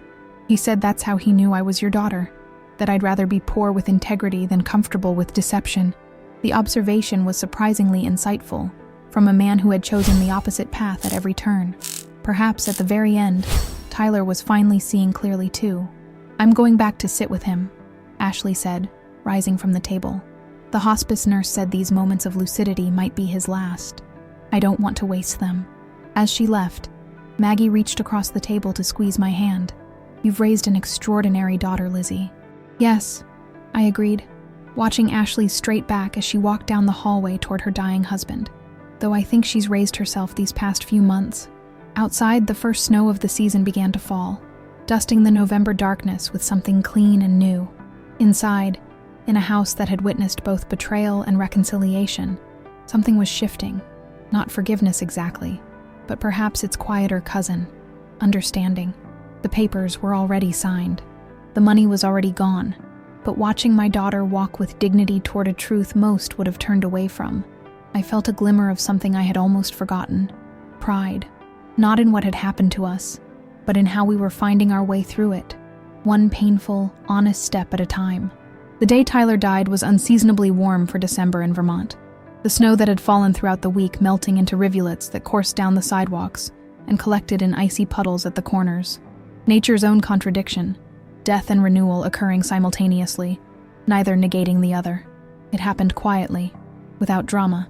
Ashley had stepped out for a moment to make tea, and when she returned, Tyler had simply stopped breathing. The hospice nurse said it was peaceful, that he likely felt no pain in those final moments. Small mercies in an unmerciful situation. The funeral was small. A handful of former colleagues who had remained in touch despite Tyler's burning of professional bridges, a cousin who flew in from Seattle, Ashley and me, and Maggie, whose steady presence had become our anchor through the turbulent weeks. No one mentioned the circumstances of Tyler's financial deceptions, or the complicated grief his actions had left behind. In death, as so often happens, his flaws were temporarily set aside, his better qualities highlighted in brief eulogies that skirted the edges of the full truth.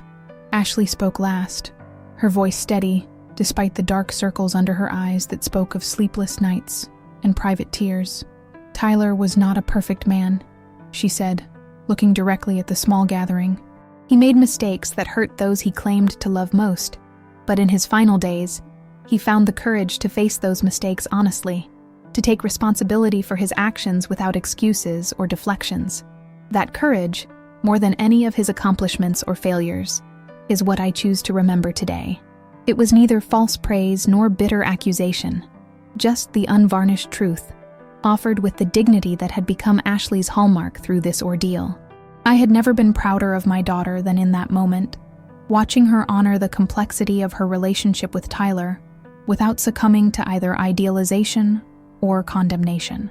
After the service, as we drove home in silence, Ashley finally asked the question that had been hovering between us for weeks. "What happens now, Mom?" The question contained multitudes. What happens to our relationship, to our finances, to the home we were again sharing after years apart, to the carefully constructed futures that had been derailed by Tyler's actions? "Now we begin again," I said simply, "one day at a time." Ashley nodded, her gaze fixed on the familiar streets of Burlington passing outside the window.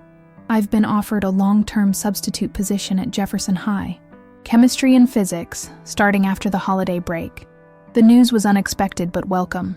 "That's wonderful, Ashley. How do you feel about it?" A small smile touched her lips. Terrified, excited, like I'm going backward and forward at the same time. I understood the sentiment perfectly. At 58, I had been forced into my own restart, taking on part-time work at the community college to supplement what remained of my savings, adjusting retirement plans that had once seemed secure, learning to trust again after profound betrayal. "Jefferson will be lucky to have you," I said. "Your father would be so proud." At the mention of James, Ashley's expression softened. "I've been thinking about him a lot lately, about how different his death was from Tyler's. Different circumstances," I acknowledged. "Different choices. Different men," Ashley added quietly. "Dad fought to stay with us until the end. Tyler," she trailed off, the comparison hanging incomplete between us. We had never directly discussed Tyler's final confession, the full extent of his deceptions revealed to Ashley in those last lucid conversations. Some truths are too raw for immediate examination, requiring distance and time before they can be safely handled. When we arrived home, Ashley went upstairs to rest, the emotional toll of the day evident in the slump of her shoulders and the heaviness of her steps. I remained in the kitchen, making tea more for the comforting ritual than any desire to drink it. The doorbell rang just as the kettle whistled. Through the peephole, I saw Michael Reynolds, the lawyer who had guided us through the financial aftermath of Tyler's theft. "Elizabeth," he greeted me as I opened the door. "I hope I'm not intruding on a difficult day." "Not at all," I assured him, gesturing him inside. "Tea?" Michael nodded, removing his coat and following me to the kitchen. "I wanted to deliver this in person," he said, placing a thick envelope on the table between us. I recognized the logo of the insurance company on the corner. "The policy?" "Yes," Michael confirmed. "The claim has been processed more quickly than expected. There were no complications." I hadn't told him about Tyler's desperate plan for double indemnity through staged accidental death, nor Ashley's rejection of that final deception. Some secrets belonged only to those directly involved. "That's good news," I said, pouring tea for us both. "Ashley will be relieved." Michael hesitated, seeming unsure how to proceed. "There's something else, Elizabeth. Something that came to light during the final review of Tyler's financial records. A familiar dread settled in my stomach. More debts? More deceptions?" "No," Michael said quickly. "Quite the opposite. It appears that Tyler had a separate investment account, one that neither Ashley nor our financial investigation had uncovered until now. I frowned, confused. What kind of investment account? Michael removed a second document from his briefcase. A high-yield corporate bond portfolio, established approximately 2 years ago. Initially funded with $50,000, which appears to have been a genuine business loan from a former colleague of Tyler's. And this account contains, I prompted when he paused. Just under $175,000, Michael replied. The exact amount Tyler claimed he spent on his experimental cancer treatments. The implication struck me immediately. Are you suggesting the treatments weren't real? That he pocketed the money instead? No, Michael shook his head. The medical bills are well documented. The treatments were real, though as we know, ultimately ineffective. Then where did this money come from? Michael tapped the document thoughtfully. That's what makes this interesting. The account shows regular deposits over the past 2 years. Small amounts at first, growing larger in recent months. The source appears to be a consulting business Tyler was running on the side, separate from his main venture that failed. Ashley never mentioned any consulting work, I said, trying to process this new information. She didn't know, Michael confirmed. None of the income was reported on their joint tax returns or deposited into their shared accounts. It appears Tyler was deliberately keeping this money separate. A cold suspicion formed. For what purpose? Another escape plan? A secret life we haven't discovered yet? Michael's expression was thoughtful, rather than alarmed. That was my first concern as well. But the account documentation includes a letter of instruction, updated just days before Tyler's death. He slid a sealed envelope across the table. My name was written on it in shaky handwriting that barely resembled Tyler's once confident script. He left this for you, Michael explained, along with instructions that the account contents be transferred to you directly, not to Ashley or to his estate. I stared at the envelope, reluctant to touch it, as if it might contain some final manipulation from beyond the grave. I'll give you privacy to read it, Michael said, rising. Call my office if you have any questions about the fund transfer. It should be completed within the week. After showing him out, I returned to the kitchen and the innocent-looking envelope that had disrupted the narrative I'd constructed about Tyler's actions and motivations. For several minutes, I simply sat looking at it, uncertain whether opening it would bring clarity or further confusion. Finally, with a deep breath, I broke the seal.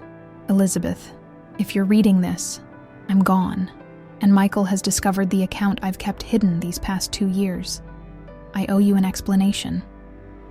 When I first married Ashley, I genuinely believed my business ventures would succeed.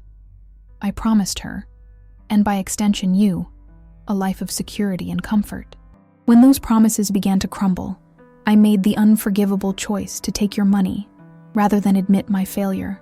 What I didn't tell either of you, even at the end, was that I began trying to make amends long before my diagnosis. The consulting work was my attempt to rebuild what I had destroyed, one small payment at a time. I knew it would never be enough to fully repay what I stole, but it was a start, my private penance. When the cancer diagnosis came, I considered using this fund for treatments, but something stopped me, perhaps the last shred of my conscience. This money was never mine to spend. It was always yours, set aside in incremental restitution for my betrayal. I ask only one thing. Don't tell Ashley about this account. Let her believe I was exactly who she now thinks I was. A man who made terrible choices and owned them at the end. Nothing more, nothing less. The knowledge that I maintained this secret, even with good intentions, would only confuse her healing process. She needs clarity now, not more complexity. The money is insufficient, the gesture too late. I know this, but it is, at least, honestly earned and rightfully returned. Tyler. I set the letter down, emotions churning. This hidden account complicated the narrative I had constructed around Tyler, the selfish manipulator who had stolen my future and broken my daughter's heart. It didn't negate his crimes, but it suggested a level of remorse I hadn't believed him capable of, a private reckoning that had begun long before his public confession. The request to keep this from Ashley troubled me. After so many secrets, did I have the right to withhold this information, even at Tyler's posthumous request? Would knowledge of this account help or hinder Ashley's healing process? I was still contemplating these questions when I heard Ashley's footsteps on the stairs. Quickly, I tucked the letter into my pocket, uncertain what to share and what to keep to myself. "Mom," Ashley called, entering the kitchen. "Was someone here? I thought I heard voices." "Michael Reynolds." I replied honestly. He came to deliver news about the insurance claim. It's been approved. Relief flickered across Ashley's face. That's good. It means we can start making concrete plans. She didn't elaborate on what those plans might be. Another conversation for another day. Yes, I agreed, my hand unconsciously touching the pocket where Tyler's letter rested. We can move forward now. Ashley studied my face with the perceptiveness that had always been her gift, even as a child. There's something else, isn't there? Something you're not telling me. The directness of the question caught me off guard. After months of navigating deceptions and half-truths, Ashley had developed an almost uncanny ability to sense when information was being withheld. In that moment, I made a choice, not based on Tyler's request or my own judgment about what Ashley could handle, but on a simpler principle. No more secrets between us. Yes, I admitted, removing the letter from my pocket. There is something else. Something about Tyler that neither of us knew. I explained about the separate account, the consulting work, the money set aside in what appeared to be a genuine, if inadequate, attempt at restitution. As I spoke, Ashley's expression remained neutral, absorbing the information without immediate reaction. When I finished, including Tyler's request that she not be told, Ashley was quiet for a long moment. "May I read the letter?" she asked finally. I handed it to her without hesitation. This was her history too, her right to know in full. Ashley read slowly, her brow furrowing in concentration. When she finished, she carefully refolded the letter and placed it on the table between us. "What do you think it means?" I asked when she remained silent. She considered the question with the thoughtful deliberation that had become her hallmark in recent months. "I think," she said finally, "that people are more complicated than the stories we tell about them. Even the stories they tell about themselves." The observation struck me as profoundly wise, worthy of the literature I had taught for decades. "Does it change how you feel about him?"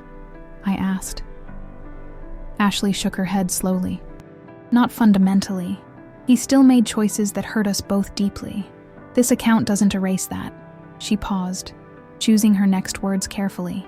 "But it does suggest that he wasn't just the villain in our story, that even in the midst of his worst actions, some part of him recognized the wrong he was doing and sought, however inadequately, to make amends." "And how does that make you feel?" I pressed gently.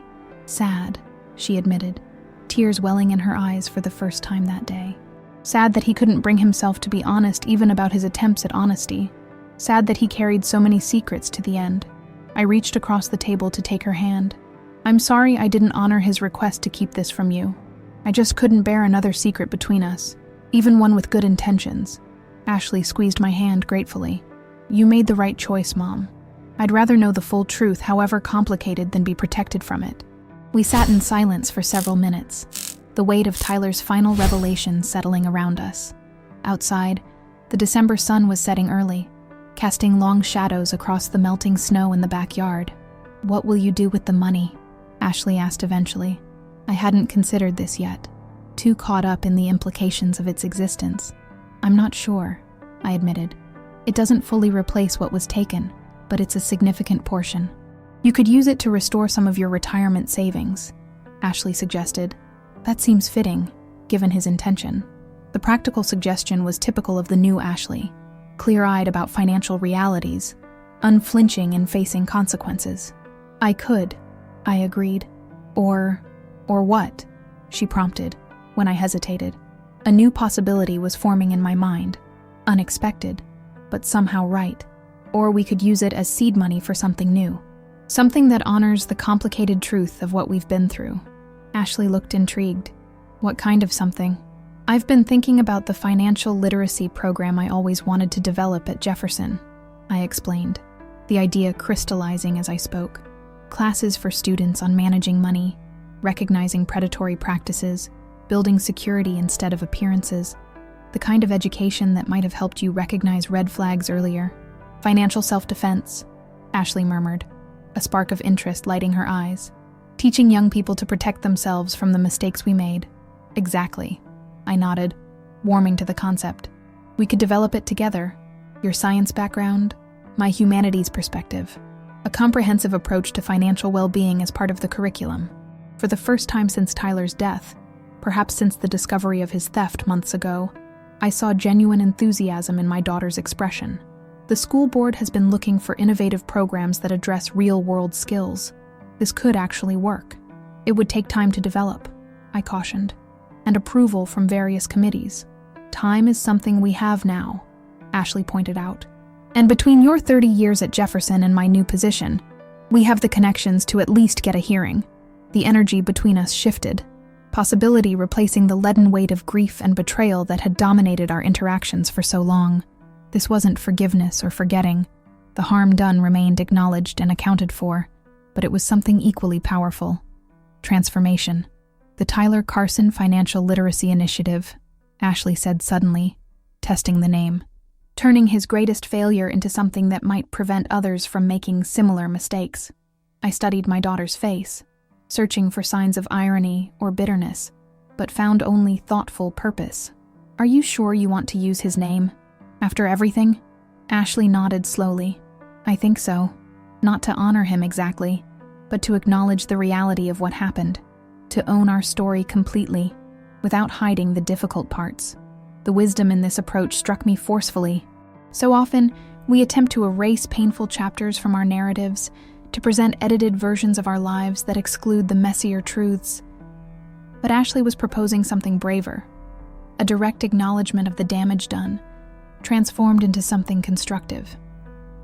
I think that's a wonderful idea, I said finally. A way to create meaning from what felt meaningless. As we began to sketch preliminary ideas for the program, target audiences, potential curriculum elements, community partnerships, I felt something I had almost forgotten. Hope. Not the naive optimism of earlier days, but something more resilient and clear-eyed. A hope that acknowledged the broken places while refusing to be defined by them. Later that evening, after Ashley had gone upstairs to rest, I sat alone in the living room, Tyler's letter still on the coffee table before me. The hidden account had been his secret attempt at restitution, inadequate, but genuine. Now, transformed through our shared vision, it would become something neither of us could have anticipated, a legacy of learning rather than loss. The papers were already signed, the money was already gone, and now, unexpectedly, partially restored. But the true restoration had nothing to do with financial assets. It was in the renewed sense of purpose that had awakened in both Ashley and me, the determination to create something meaningful from our painful experience. As the December darkness gathered around the house, I finally allowed myself to fully feel what had been building since the discovery of Tyler's hidden account. Not forgiveness, exactly, but a recognition of the complete humanity of the man who had caused us such pain. His goodness and his failings, his deceptions and his remorse, his selfishness, and his belated attempts at restitution. The ability to hold these contradictions, to see the full, complicated truth without needing to simplify it into a story of perfect villains or blameless victims, felt like its own kind of wisdom, hard-won through months of struggle and revelation. Tomorrow would bring practical tasks, meetings with school administrators, curriculum research, financial planning for our new venture. But tonight, in the quiet house that had witnessed both betrayal and beginning, I allowed myself to acknowledge the strange, unexpected gift that had emerged from our ordeal, the discovery that even the most painful chapters of our lives could be integrated into a larger story of resilience and meaning. Not because the pain itself had purpose, but because we had chosen to create purpose from it, transforming private tragedy into public benefit. It wasn't redemption, not exactly, but it was, perhaps, a form of reclamation, taking back what had been taken from us, not in kind, but in significance. Spring came early to Vermont that year, as if the world was as eager as we were to leave the darkness behind. Crocuses pushed through the melting snow in February, followed by daffodils in March, their bright faces turning toward a strengthening sun. The Tyler Carson Financial Literacy Initiative had moved from concept to reality with surprising speed. The school board, faced with growing evidence of financial vulnerability among students and their families, had embraced our proposal with enthusiasm. A pilot program was scheduled for the coming fall semester, with Ashley and me as co-directors. My kitchen table had transformed into Command Central, curriculum outlines, expert contact information, and budget spreadsheets covering every available surface. Ashley and I worked side by side most evenings, our combined experiences informing every aspect of the program. I've confirmed the guest speaker for the predatory lending module, Ashley announced, looking up from her laptop. She's a former student of yours, actually, Melissa Daniels. She said you'd remember her from AP English in 2008. I smiled, memories flooding back. Of course I remember Melissa. Brilliant writer, particularly insightful about Steinbeck. What's she doing now? Consumer protection law, specializing in financial fraud cases, Ashley replied. She was thrilled to hear from us, said your classes were what inspired her career path. These connections had become a recurring theme in our project development. Former students emerging from my 30 years at Jefferson High to offer expertise, resources, and support. The network I had built through decades of teaching was proving invaluable in ways I could never have anticipated. Perfect, I said, adding Melissa's name to our speaker schedule. And what about the personal budgeting workshop? Did you hear back from the credit union? Ashley nodded. They're providing interactive software and a representative for the hands-on sessions. And she hesitated, a slight flush coloring her cheeks. I've been developing my own case study for that module, based on, well, us. I looked up sharply. Us? An anonymized version, she clarified quickly. The story of a young couple living beyond their means, making increasingly risky financial decisions to maintain appearances, the warning signs that went unnoticed or ignored. I think it could be powerful for students to see how these situations develop gradually, not all at once. The proposal surprised me. 6 months ago, Ashley could barely speak about her marriage to Tyler without visible pain. Now she was contemplating using that experience as an educational tool. Are you sure? I asked gently. That's a very personal story to share, even anonymized. Ashley's expression was thoughtful, rather than defensive. I'm sure. What happened to us, to me, shouldn't be hidden away like something shameful. If my mistakes can help these kids avoid similar ones, that gives meaning to an experience that otherwise just feels like wasted years. Her perspective struck me as profoundly mature. The ability to view personal pain through the lens of potential public benefit, to transmute private shame into communal wisdom. I think it's an excellent idea, I said sincerely. Though perhaps we should have a counselor available during those sessions. The material might hit close to home for some students whose families are experiencing financial difficulties. Already arranged, Ashley replied with a smile. I spoke with the guidance department yesterday. They're fully on board. I sat back, studying my daughter with unabashed pride. At 34, Ashley had emerged from the crucible of her failed marriage and Tyler's betrayal with a clarity and purpose I hadn't anticipated. The transformation wasn't sudden. I had watched it unfold day by day, setback by setback, small victory by small victory. You've thought of everything, I observed. I'm impressed. Ashley shrugged, though I could see my approval still mattered to her. I'm just trying to be thorough. This program means too much to get wrong. Our planning session was interrupted by the doorbell, an unexpected sound on a Tuesday evening. Are we expecting someone? Ashley asked, glancing at her watch. Not that I know of, I replied, rising to answer the door. Through the peephole, I saw a well-dressed woman in her 50s, unfamiliar, but with an air of professional confidence. When I opened the door, she smiled politely. Elizabeth Bennett? I'm Diane Hartman, executor of Tyler Carson's estate. I apologize for arriving without an appointment, but I was in Burlington for another matter and hoped we might speak briefly. The mention of Tyler's estate sent a wave of tension through me. We had believed those matters settled months ago, with the insurance payment and condo sale proceeds distributed according to the agreements our lawyers had established. Of course, I said, stepping back to allow her entry. Please come in. Ashley appeared in the hallway, her posture instantly alert. What's this about? After introductions and an offer of tea, politely declined, Ms. Hartman explained her unexpected visit. In reviewing the final elements of Mr. Carson's estate, I discovered something that requires your attention, she began, removing a folder from her sleek leather briefcase. It appears that approximately 3 weeks before his death, Mr. Carson transferred ownership of intellectual property to a holding company. Ashley frowned. What intellectual property? Tyler's business ventures never produced anything substantial. Ms. Hartman nodded in acknowledgement. That's what makes this situation unusual. The intellectual property in question is a patent application filed 8 months ago, well after Mr. Carson's diagnosis. It's for a specialized medical device monitoring system developed in collaboration with his oncology team. She opened the folder, revealing technical diagrams and dense legal language. According to the documentation, Mr. Carson used his experience as a patient to identify critical gaps in treatment monitoring. Working with medical professionals, he developed a system that improves the efficiency of certain cancer treatments by allowing more precise dosing based on real-time physiological responses. I glanced at Ashley, whose scientific background would make her better equipped to understand these technical details.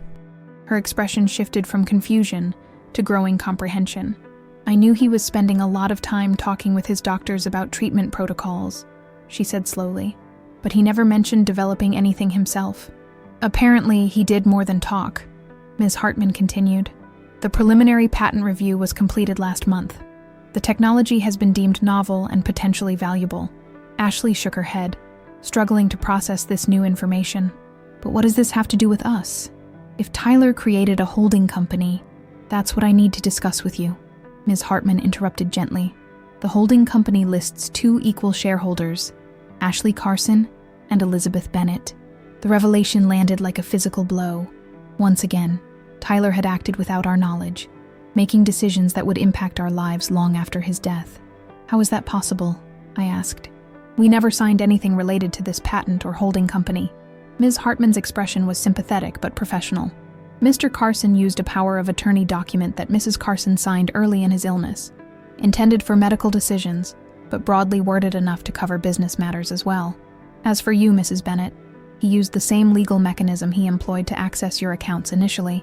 He forged my signature again, I said flatly, anger rising at this posthumous manipulation. I believe so, yes, Ms. Hartman agreed, which is why I'm here. This situation presents both a legal problem and a potential opportunity. Ashley's voice was tight with controlled emotion. What kind of opportunity comes from more fraud? A financial one, Ms. Hartman replied directly. 2 major medical technology companies have expressed interest in licensing this technology. The preliminary valuations are substantial. She slid a document across the coffee table. The figure at the bottom caused both Ashley and me to inhale sharply. That's the initial licensing offer, Ms. Hartman explained, with ongoing royalties that could exceed that amount if the technology performs as expected in broader applications. The sum was staggering, nearly 3 times what Tyler had taken from my accounts.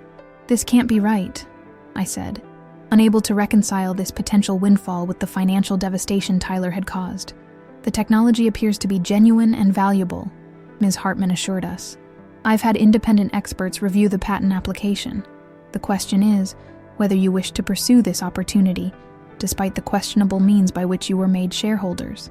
Ashley stood abruptly, pacing the living room with agitated energy. This is exactly like him. Even from the grave, he's making decisions for us, creating complications, leaving us to deal with the ethical and legal mess. Ms. Hartman remained quiet, allowing Ashley's outburst without comment. What are our options? I asked, trying to maintain a practical focus. Several, Ms. Hartman replied. You could contest the shareholding arrangement on the grounds of fraud, essentially removing yourselves from ownership. You could accept the arrangement and proceed with licensing negotiations. Or you could pursue a middle path, perhaps restructuring ownership to include the medical professionals who collaborated with Mr. Carson, or even donating a portion of the proceeds to cancer research. The irony wasn't lost on me. Tyler, who had stolen my financial security, was now potentially restoring it many times over. But at what cost to our healing process?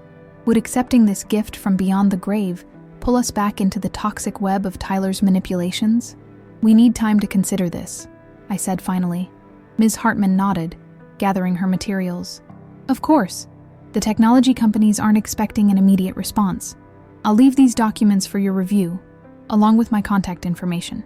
Take whatever time you need. After she departed, Ashley and I sat in stunned silence. The patent documents spread before us like artifacts from another life. What are you thinking? I asked finally.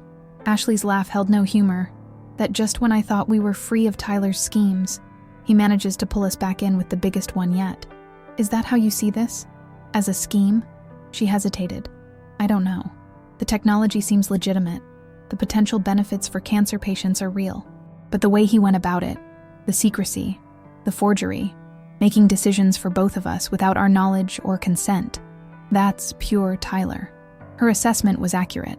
Even Tyler's final, potentially redemptive act carried the hallmarks of his controlling nature, his belief that he knew best what others needed. "What do you want to do?" I asked. Ashley considered the question carefully. I think we need more information before we decide. About the technology itself, about the legal implications of accepting proceeds from something that began with fraud, about other possible beneficiaries who should be included. Her measured approach reflected the growth I'd witnessed over the past months, no longer reacting emotionally to Tyler's manipulations, but responding thoughtfully, with careful consideration of all dimensions. "I agree," I said, "and whatever we decide, we'll decide together. No more having choices made for us." Ashley nodded, a small smile finally breaking through her tension. No more secrets, no more manipulation, just honest decisions based on complete information. As we gathered the documents to review more carefully later, I realized that Tyler, perhaps without intending to, had given us one final opportunity to reclaim our agency, to make choices based on our values rather than his. Whether we accepted or rejected this unexpected legacy, the decision would be truly ours. In that moment, I understood that the real inheritance Tyler had left us wasn't financial at all. It was this hard-won wisdom, that our lives belonged to us alone, our choices a reflection of our own integrity, rather than someone else's vision. It was a lesson purchased at tremendous cost, but perhaps in the end worth the price. The auditorium at Jefferson High School buzzed with nervous energy as students, parents, and faculty filed in for the official launch of the Tyler Carson Financial Literacy Initiative. Banners bearing the program logo, a shield protecting a stylized house and dollar sign, hung from the walls, and information packets waited on each seat. 8 months had passed since Ms. Hartman's unexpected visit, 8 months of careful deliberation, legal consultations, and ethical soul-searching about Tyler's final legacy. The decisions we had reached weren't simple or easy, but they were, we believed, right. Not just for Ashley and me, but for the broader community touched by our story. In the front row sat distinguished guests, representatives from the medical technology companies that had licensed Tyler's patent, the oncology team that had collaborated with him, and financial education advocates from across the state. The local newspaper had sent a reporter and photographer, elevating what might have been a modest school program launch into something more significant.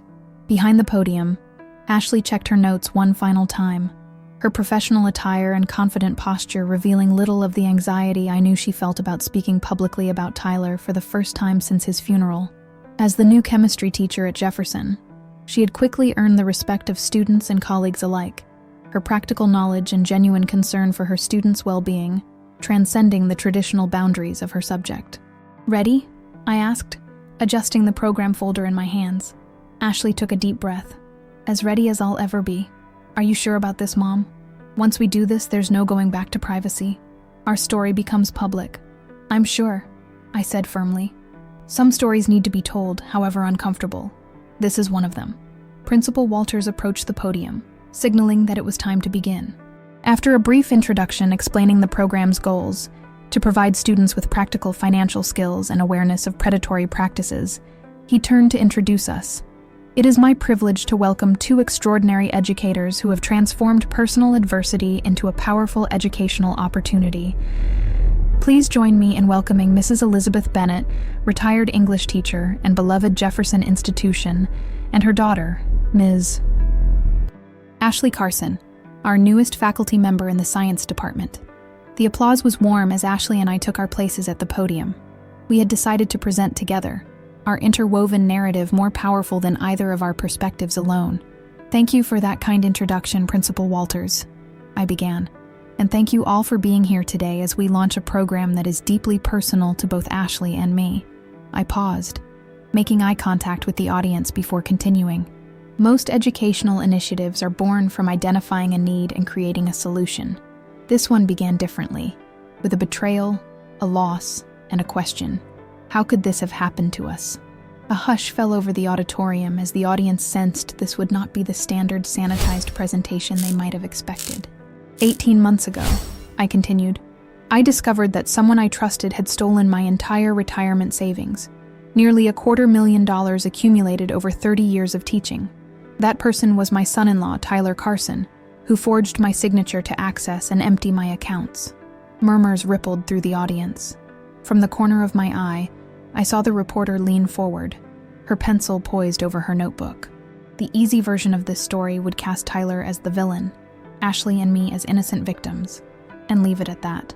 But reality is rarely so simple, and the lessons we hope to teach through this program require a more honest accounting. I turned to Ashley, who stepped forward to continue our presentation. "My husband was dying of pancreatic cancer," she said, her voice steady despite the personal nature of her words. "The experimental treatments he sought weren't covered by insurance. He was desperate to extend his life and to provide for me after he was gone." She paused, gathering herself before the most difficult admission. "But his deception began long before his illness. For years we lived beyond our means, maintaining appearances of success while accumulating debt. I chose not to see the warning signs, not to question the lifestyle we couldn't actually afford. I participated in a financial fantasy that ultimately led to my husband's desperate choice to steal from my mother." The stark honesty of her statement seemed to resonate through the room. These weren't abstract concepts about financial responsibility, but real consequences affecting real lives. Lives connected to this community. "Tyler died 14 months ago," Ashley continued. "In his final days, he confessed everything, taking full responsibility for his actions. What we didn't know then was that he had been working on something else during his illness, a medical monitoring system that has since been patented and licensed to improve cancer treatment protocols." I stepped forward again, picking up the narrative. "That patent has generated significant licensing revenue, far more than what was taken from my accounts. And this brings us to why we're all here today." On the screen behind us, a complex organizational chart appeared, showing how the patent proceeds had been structured. 30% of the patent revenue has been allocated to the medical professionals who collaborated with Tyler on the technology, I explained. Another 30% has established an endowment for cancer research at the university hospital. 20% has been placed in a trust to fully fund the financial literacy initiative we're launching today. I paused, allowing the audience to process these figures before addressing the question hanging unspoken in the air. "The remaining 20%, I concluded, has been divided equally between Ashley and me, not as compensation for what was taken, but as recognition that even painful stories can have unexpected value when their lessons are shared." Ashley moved closer to me at the podium, our shoulders touching in silent support. "The program we're launching today," she said, "is built on our family's experience, but it's designed to prevent others from following the same path. It includes practical modules on budgeting, understanding credit, recognizing predatory lending, and planning for long-term financial security." I nodded, adding, "But more importantly, it addresses the emotional and psychological aspects of financial decision-making, the desire to maintain appearances, the shame that prevents honest conversations about money, the cultural pressures that equate spending with success." As we outline the specific components of the program, the guest speakers, the interactive workshops, the real-world case studies, I watched the audience's reaction shift from scandalized interest in our personal story to genuine engagement with the educational content. Teachers nodded at the practical applications for their students. Parents exchanged glances, perhaps recognizing aspects of their own financial behaviors reflected in our words. When we opened the floor for questions, the first came from a senior girl in the front row, one of Ashley's chemistry students. "Ms. Carson," she began hesitantly, "weren't you afraid to share something so personal? Aren't you worried about what people will think?" Ashley considered the question carefully. "Yes, I was afraid. And yes, sometimes I worry about judgment. But I've learned that secrets are far more dangerous than truth. The shame I felt about our financial situation led to silence, and that silence allowed problems to grow until they became overwhelming. If speaking openly now can help even one student avoid that path, it's worth any discomfort." The girl nodded, seeming to absorb this perspective. An older gentleman near the back stood next, identifying himself as a financial advisor from the community. "Mrs. Bennett, Ms. Carson, I commend your courage in creating this program. But I wonder, how do you avoid reducing this to simple morality tales about good and bad financial decisions? Real life is often more complex." "An excellent point," I acknowledged. "That's precisely why we're incorporating diverse perspectives. Financial professionals like yourself, legal experts, psychological counselors, and people who have experienced various forms of financial hardship. No single narrative can capture the complexity of these issues. The questions continued. Practical inquiries about program implementation, deeper explorations of the psychological aspects of financial behavior, even a few tentative questions about Tyler himself and how we had processed our complicated feelings toward him. Throughout the session, I noticed the local reporter writing continuously, occasionally looking up with an expression that suggested she recognized the significance of what was unfolding, not just a school program launch, but a community confronting difficult truths about money, ethics, and the consequences of secrecy. As the formal presentation concluded, and attendees moved to the reception area for refreshments and further discussion, I found myself approached by a woman I vaguely recognized from community events. "Mrs. Bennett," she said quietly, "I just wanted to thank you. My husband has been hiding financial problems from me for years. Listening to your story today gave me the courage to insist on honest conversation when I get home." Before I could respond, she continued, "I always thought financial struggles were something to be ashamed of, something to hide. But you've shown they're just problems to be solved like any other." Her words caught me off guard. The first concrete evidence that our public vulnerability might actually impact lives beyond our own.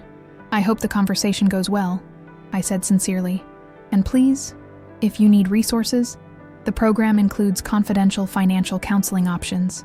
She nodded gratefully before moving away, immediately replaced by another community member with their own reaction or question.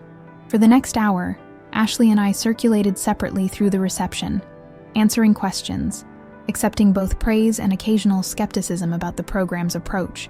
The energy in the room was unlike anything I had experienced in decades of school events, an unusual combination of professional interest and deeply personal engagement. As the crowd finally began to thin, the newspaper reporter approached, her notebook filled with densely written pages. "Mrs. Bennett, Ms. Carson, would you be willing to do a more in-depth interview for a feature article? I think your story deserves more space than a simple event write-up." Ashley and I exchanged glances, having anticipated this request. "We'd be open to that," Ashley replied carefully, with the understanding that the focus remains on the educational program and its potential impact, not just the personal drama. The reporter nodded. "Absolutely. Though I have to tell you, it's the personal element that will draw readers into the larger issues. Your willingness to be transparent about something most families would hide is what makes this newsworthy." As we scheduled a time for the interview, I reflected on the strange journey that had brought us to this moment. 18 months ago, the discovery of Tyler's betrayal had felt like the end, the collapse of trust, security, and family bonds. I could never have imagined standing in this school auditorium, deliberately making public the very facts I had initially been desperate to hide. Yet here we were, transforming private shame into public discourse, personal trauma into educational opportunity. The papers that had once signified my financial ruin, forged signatures on bank withdrawals, had been replaced by different papers, curriculum outlines, patent licenses, program budgets, papers that represented not what had been taken, but what had been reclaimed and repurposed. As the last attendees departed and Ashley and I began gathering our materials, Principal Walters approached with the superintendent beside him. "Elizabeth Ashley," the superintendent began. "That was extraordinary. We've already received calls from 2 other districts asking about implementing similar programs. Would you be willing to consult on expanding this beyond Jefferson?" Ashley looked to me, silently deferring to my judgment on this unexpected development. "We'd be interested in discussing possibilities," I replied carefully, "though we'd want to ensure any expansion maintains the program's integrity, especially the emphasis on emotional and psychological factors, not just practical skills." The superintendent nodded enthusiastically. "Absolutely. That's exactly what makes this approach unique and valuable. We'd want to preserve that in any broader implementation." As we continued discussing potential next steps, training other educators, developing adaptable materials, creating assessment metrics, I felt a quiet sense of satisfaction settling over me. What had begun as a private project between Ashley and me, a way to heal our own wounds while possibly helping Jefferson students, was evolving into something larger and more far-reaching than we had anticipated. Later that evening, as Ashley and I sat in my kitchen reviewing the day's events, she voiced what I had been thinking. "It feels like we've crossed some kind of threshold," she observed. "Like the story isn't just ours anymore. It belongs partly to everyone who heard it today, everyone who might be helped by it." I nodded. understanding exactly what she meant. That's the nature of stories, isn't it? Once told, they take on lives of their own. Do you think Tyler would approve? She asked suddenly. Of how we've used his name, his legacy, his patent? The question gave me pause. I'm not sure approval is the right framework, I said finally. Tyler made his choices. We've made ours. What matters isn't whether he would approve, but whether we believe we're acting with integrity. Ashley considered this, twirling her teaspoon thoughtfully. I think we are. We haven't hidden his flaws or exaggerated his virtues. We've just integrated his story into something larger and more useful than he might have imagined. Yes, I agreed. And in doing so, perhaps we found a way to honor the complexity of who he was. Not just his worst actions or his best intentions, but the full, contradictory humanity of a man who did significant harm and, in the end, created something of genuine value. Outside the window, the spring twilight was fading into darkness, the first stars appearing in the deepening blue. Tomorrow would bring new challenges. The newspaper interview, follow-up meetings with educators from other districts, the ongoing work of refining the program itself. But tonight, in the quiet of the kitchen where we had first begun piecing our lives back together after Tyler's betrayal, Ashley and I had reached another milestone in our journey. From victims to advocates, from people defined by what had happened to us, to people determining what would happen because of us. The papers were already signed. The money was already gone, and returned, transformed and redirected. What remained was the work of meaning-making, of turning private pain into public purpose. And in that work, I was beginning to discover a form of healing I hadn't known was possible. 5 years have passed since that first presentation at Jefferson High School. 5 years of growth, challenge, and unexpected directions. The financial literacy initiative that began in our small Vermont town has expanded to over 200 schools across 12 states. Its curriculum continuously refined based on feedback and outcomes. The newspaper article that followed our launch became a series, then a book co-authored by Ashley and me, chronicling both our personal journey and the educational model that emerged from it.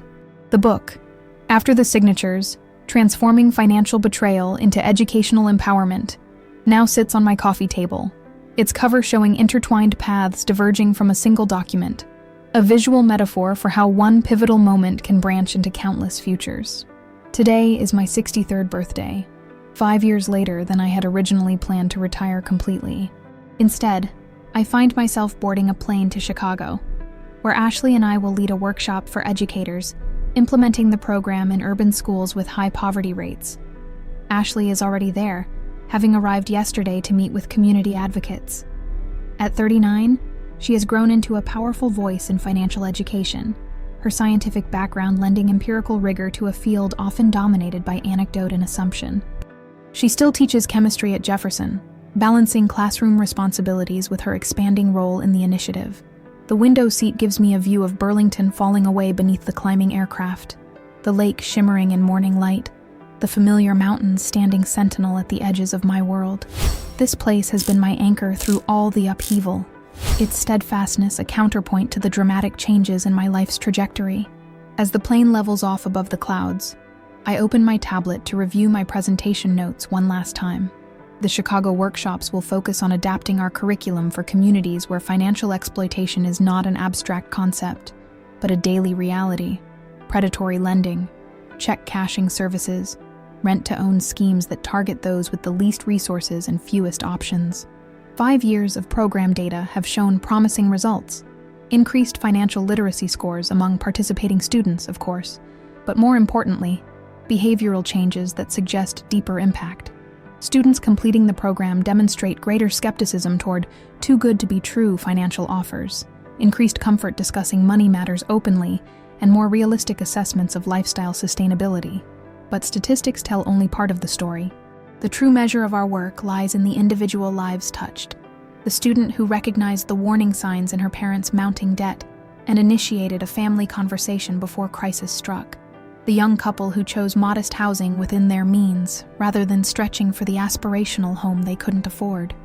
The middle-aged adults who attended community workshops and subsequently restructured retirement plans that had been dangerously inadequate. Each success story carries echoes of what might have been for Ashley, and Tyler had similar education been available to them. Each prevention of financial catastrophe represents a family, spared the pain that radiated from Tyler's desperate choices. The flight attendant offers coffee, interrupting my reflections. As I accept the cup with a thank you, my wedding ring catches the cabin light. Not my original band from James, but a new one I purchased for myself last year. A tangible symbol of my recommitment to my own well-being after years of focusing primarily on others. Dating at 62 had not been part of my post-Tyler recovery plan, but Robert, a widowed engineering professor I met through a university collaboration with our program, had persisted gently past my initial reluctance. Our relationship developed slowly, built on shared values, honest communication, and a hard-earned appreciation for life's fragility. When he proposed 6 months ago, my first instinct was practical concern about combining finances at our age, a reaction that made us both laugh at its appropriateness, given my work. We spent weeks with financial advisors, creating transparent agreements that respected our independent histories and responsibilities while building a shared future. Ashley had been unexpectedly emotional at our small ceremony, her toast acknowledging how far we had both traveled from the dark days after Tyler's betrayal. "Mom has taught me," she said to the gathered guests, "that trust isn't naive if it's built on honesty and transparency. That starting over isn't failure but courage. That even the most painful chapters of our story can inform, but need not determine, the chapters yet to be written." The wisdom in her words had struck me deeply. My daughter articulating lessons I had lived but perhaps never fully verbalized, even to myself. The pilot announces our descent into Chicago, bringing me back to the present moment. Below us, the vast grid of the city emerges from the clouds, Lake Michigan stretching blue and boundless to the horizon. Ashley will be waiting at the airport, probably juggling her phone and coffee while reviewing last-minute program changes. Though she now maintains her own apartment in Burlington, our lives remain deeply intertwined through both family bonds and professional collaboration. The Tyler Carson Financial Literacy Initiative has become her primary legacy, one that acknowledges her complicated marriage while transforming its lessons into something constructive. She dates occasionally, but has shown no interest in remarrying, focused instead on her teaching career and our expanding program. "I'm not closed to the possibility," she told me recently when I gently questioned her apparent contentment with singlehood. "But I've learned that an incomplete life is better than a complete fiction. I'd rather build something real on my own than maintain appearances with someone else." The insight reflected how profoundly she had integrated the painful lessons of her marriage, not by becoming bitter or distrustful, but by developing a clearer-eyed assessment of what constitutes genuine value in relationships and life choices. As the plane touches down with a gentle bump, I gather my belongings and prepare to disembark. Chicago represents the next phase of our program's growth, urban settings with different challenges than the suburban and rural communities where we began. The workshops ahead will require us to listen more than speak, to adapt rather than prescribe, to recognize the limitations of our own experiences when addressing communities with different socioeconomic realities. In the terminal, I spot Ashley immediately, her stance and coloring so like her father's that even after all these years, the resemblance catches my breath. She waves when she sees me, her smile bright with genuine pleasure at our reunion, though we spoke by phone just yesterday. "Mom," she calls, embracing me warmly. "How was your flight? Robert called to make sure you landed safely. I told him you're perfectly capable of navigating air travel without male supervision, but he's worried about the weather for your return flight." I smile at Robert's protective concern, a quality I've come to appreciate rather than resent. The flight was fine, and tell him I'm perfectly capable of reading weather reports too, but his concern is noted and appreciated. As we walk toward the exit, Ashley updates me on morning meetings with community advocates, their insights already reshaping aspects of our planned presentations. Her ability to integrate new perspectives without defensiveness is one of her greatest strengths as an educator, and as a person. "Oh," she adds as we step outside to hail a taxi, "I almost forgot. The patent licensing revenues came in yesterday. The medical applications have expanded again. The technology is being adapted for monitoring treatment responses in 2 additional types of cancer. The news is welcome, but no longer shocking. Tyler's medical monitoring system has proven more valuable than anyone initially predicted, its applications growing as technology advances. The structure we established for distributing the proceeds remains in place, supporting medical research, funding our educational initiative, compensating the collaborating physicians, with the remainder divided between Ashley and me. What once felt like blood money, tainted by its origins in Tyler's deception, has been transformed through purposeful use into a resource for genuine good. Not because the ends justify the means, but because we chose to redirect what couldn't be undone toward what could still be created. That's wonderful news, I reply, as a taxi pulls to the curb. More resources for program expansion. Ashley nods, her expression thoughtful. Sometimes I wonder what Tyler would think of all this, how his desperate attempt to secure our financial future has evolved into something so different from what he imagined. It's a consideration that surfaces periodically for both of us. This ghost who haunts our success, the complicated legacy of a man whose worst actions inadvertently catalyzed our most meaningful work. I think, I say carefully as we settle into the taxi's back seat, that he would recognize it as a better outcome than he deserved, but perhaps exactly what he needed.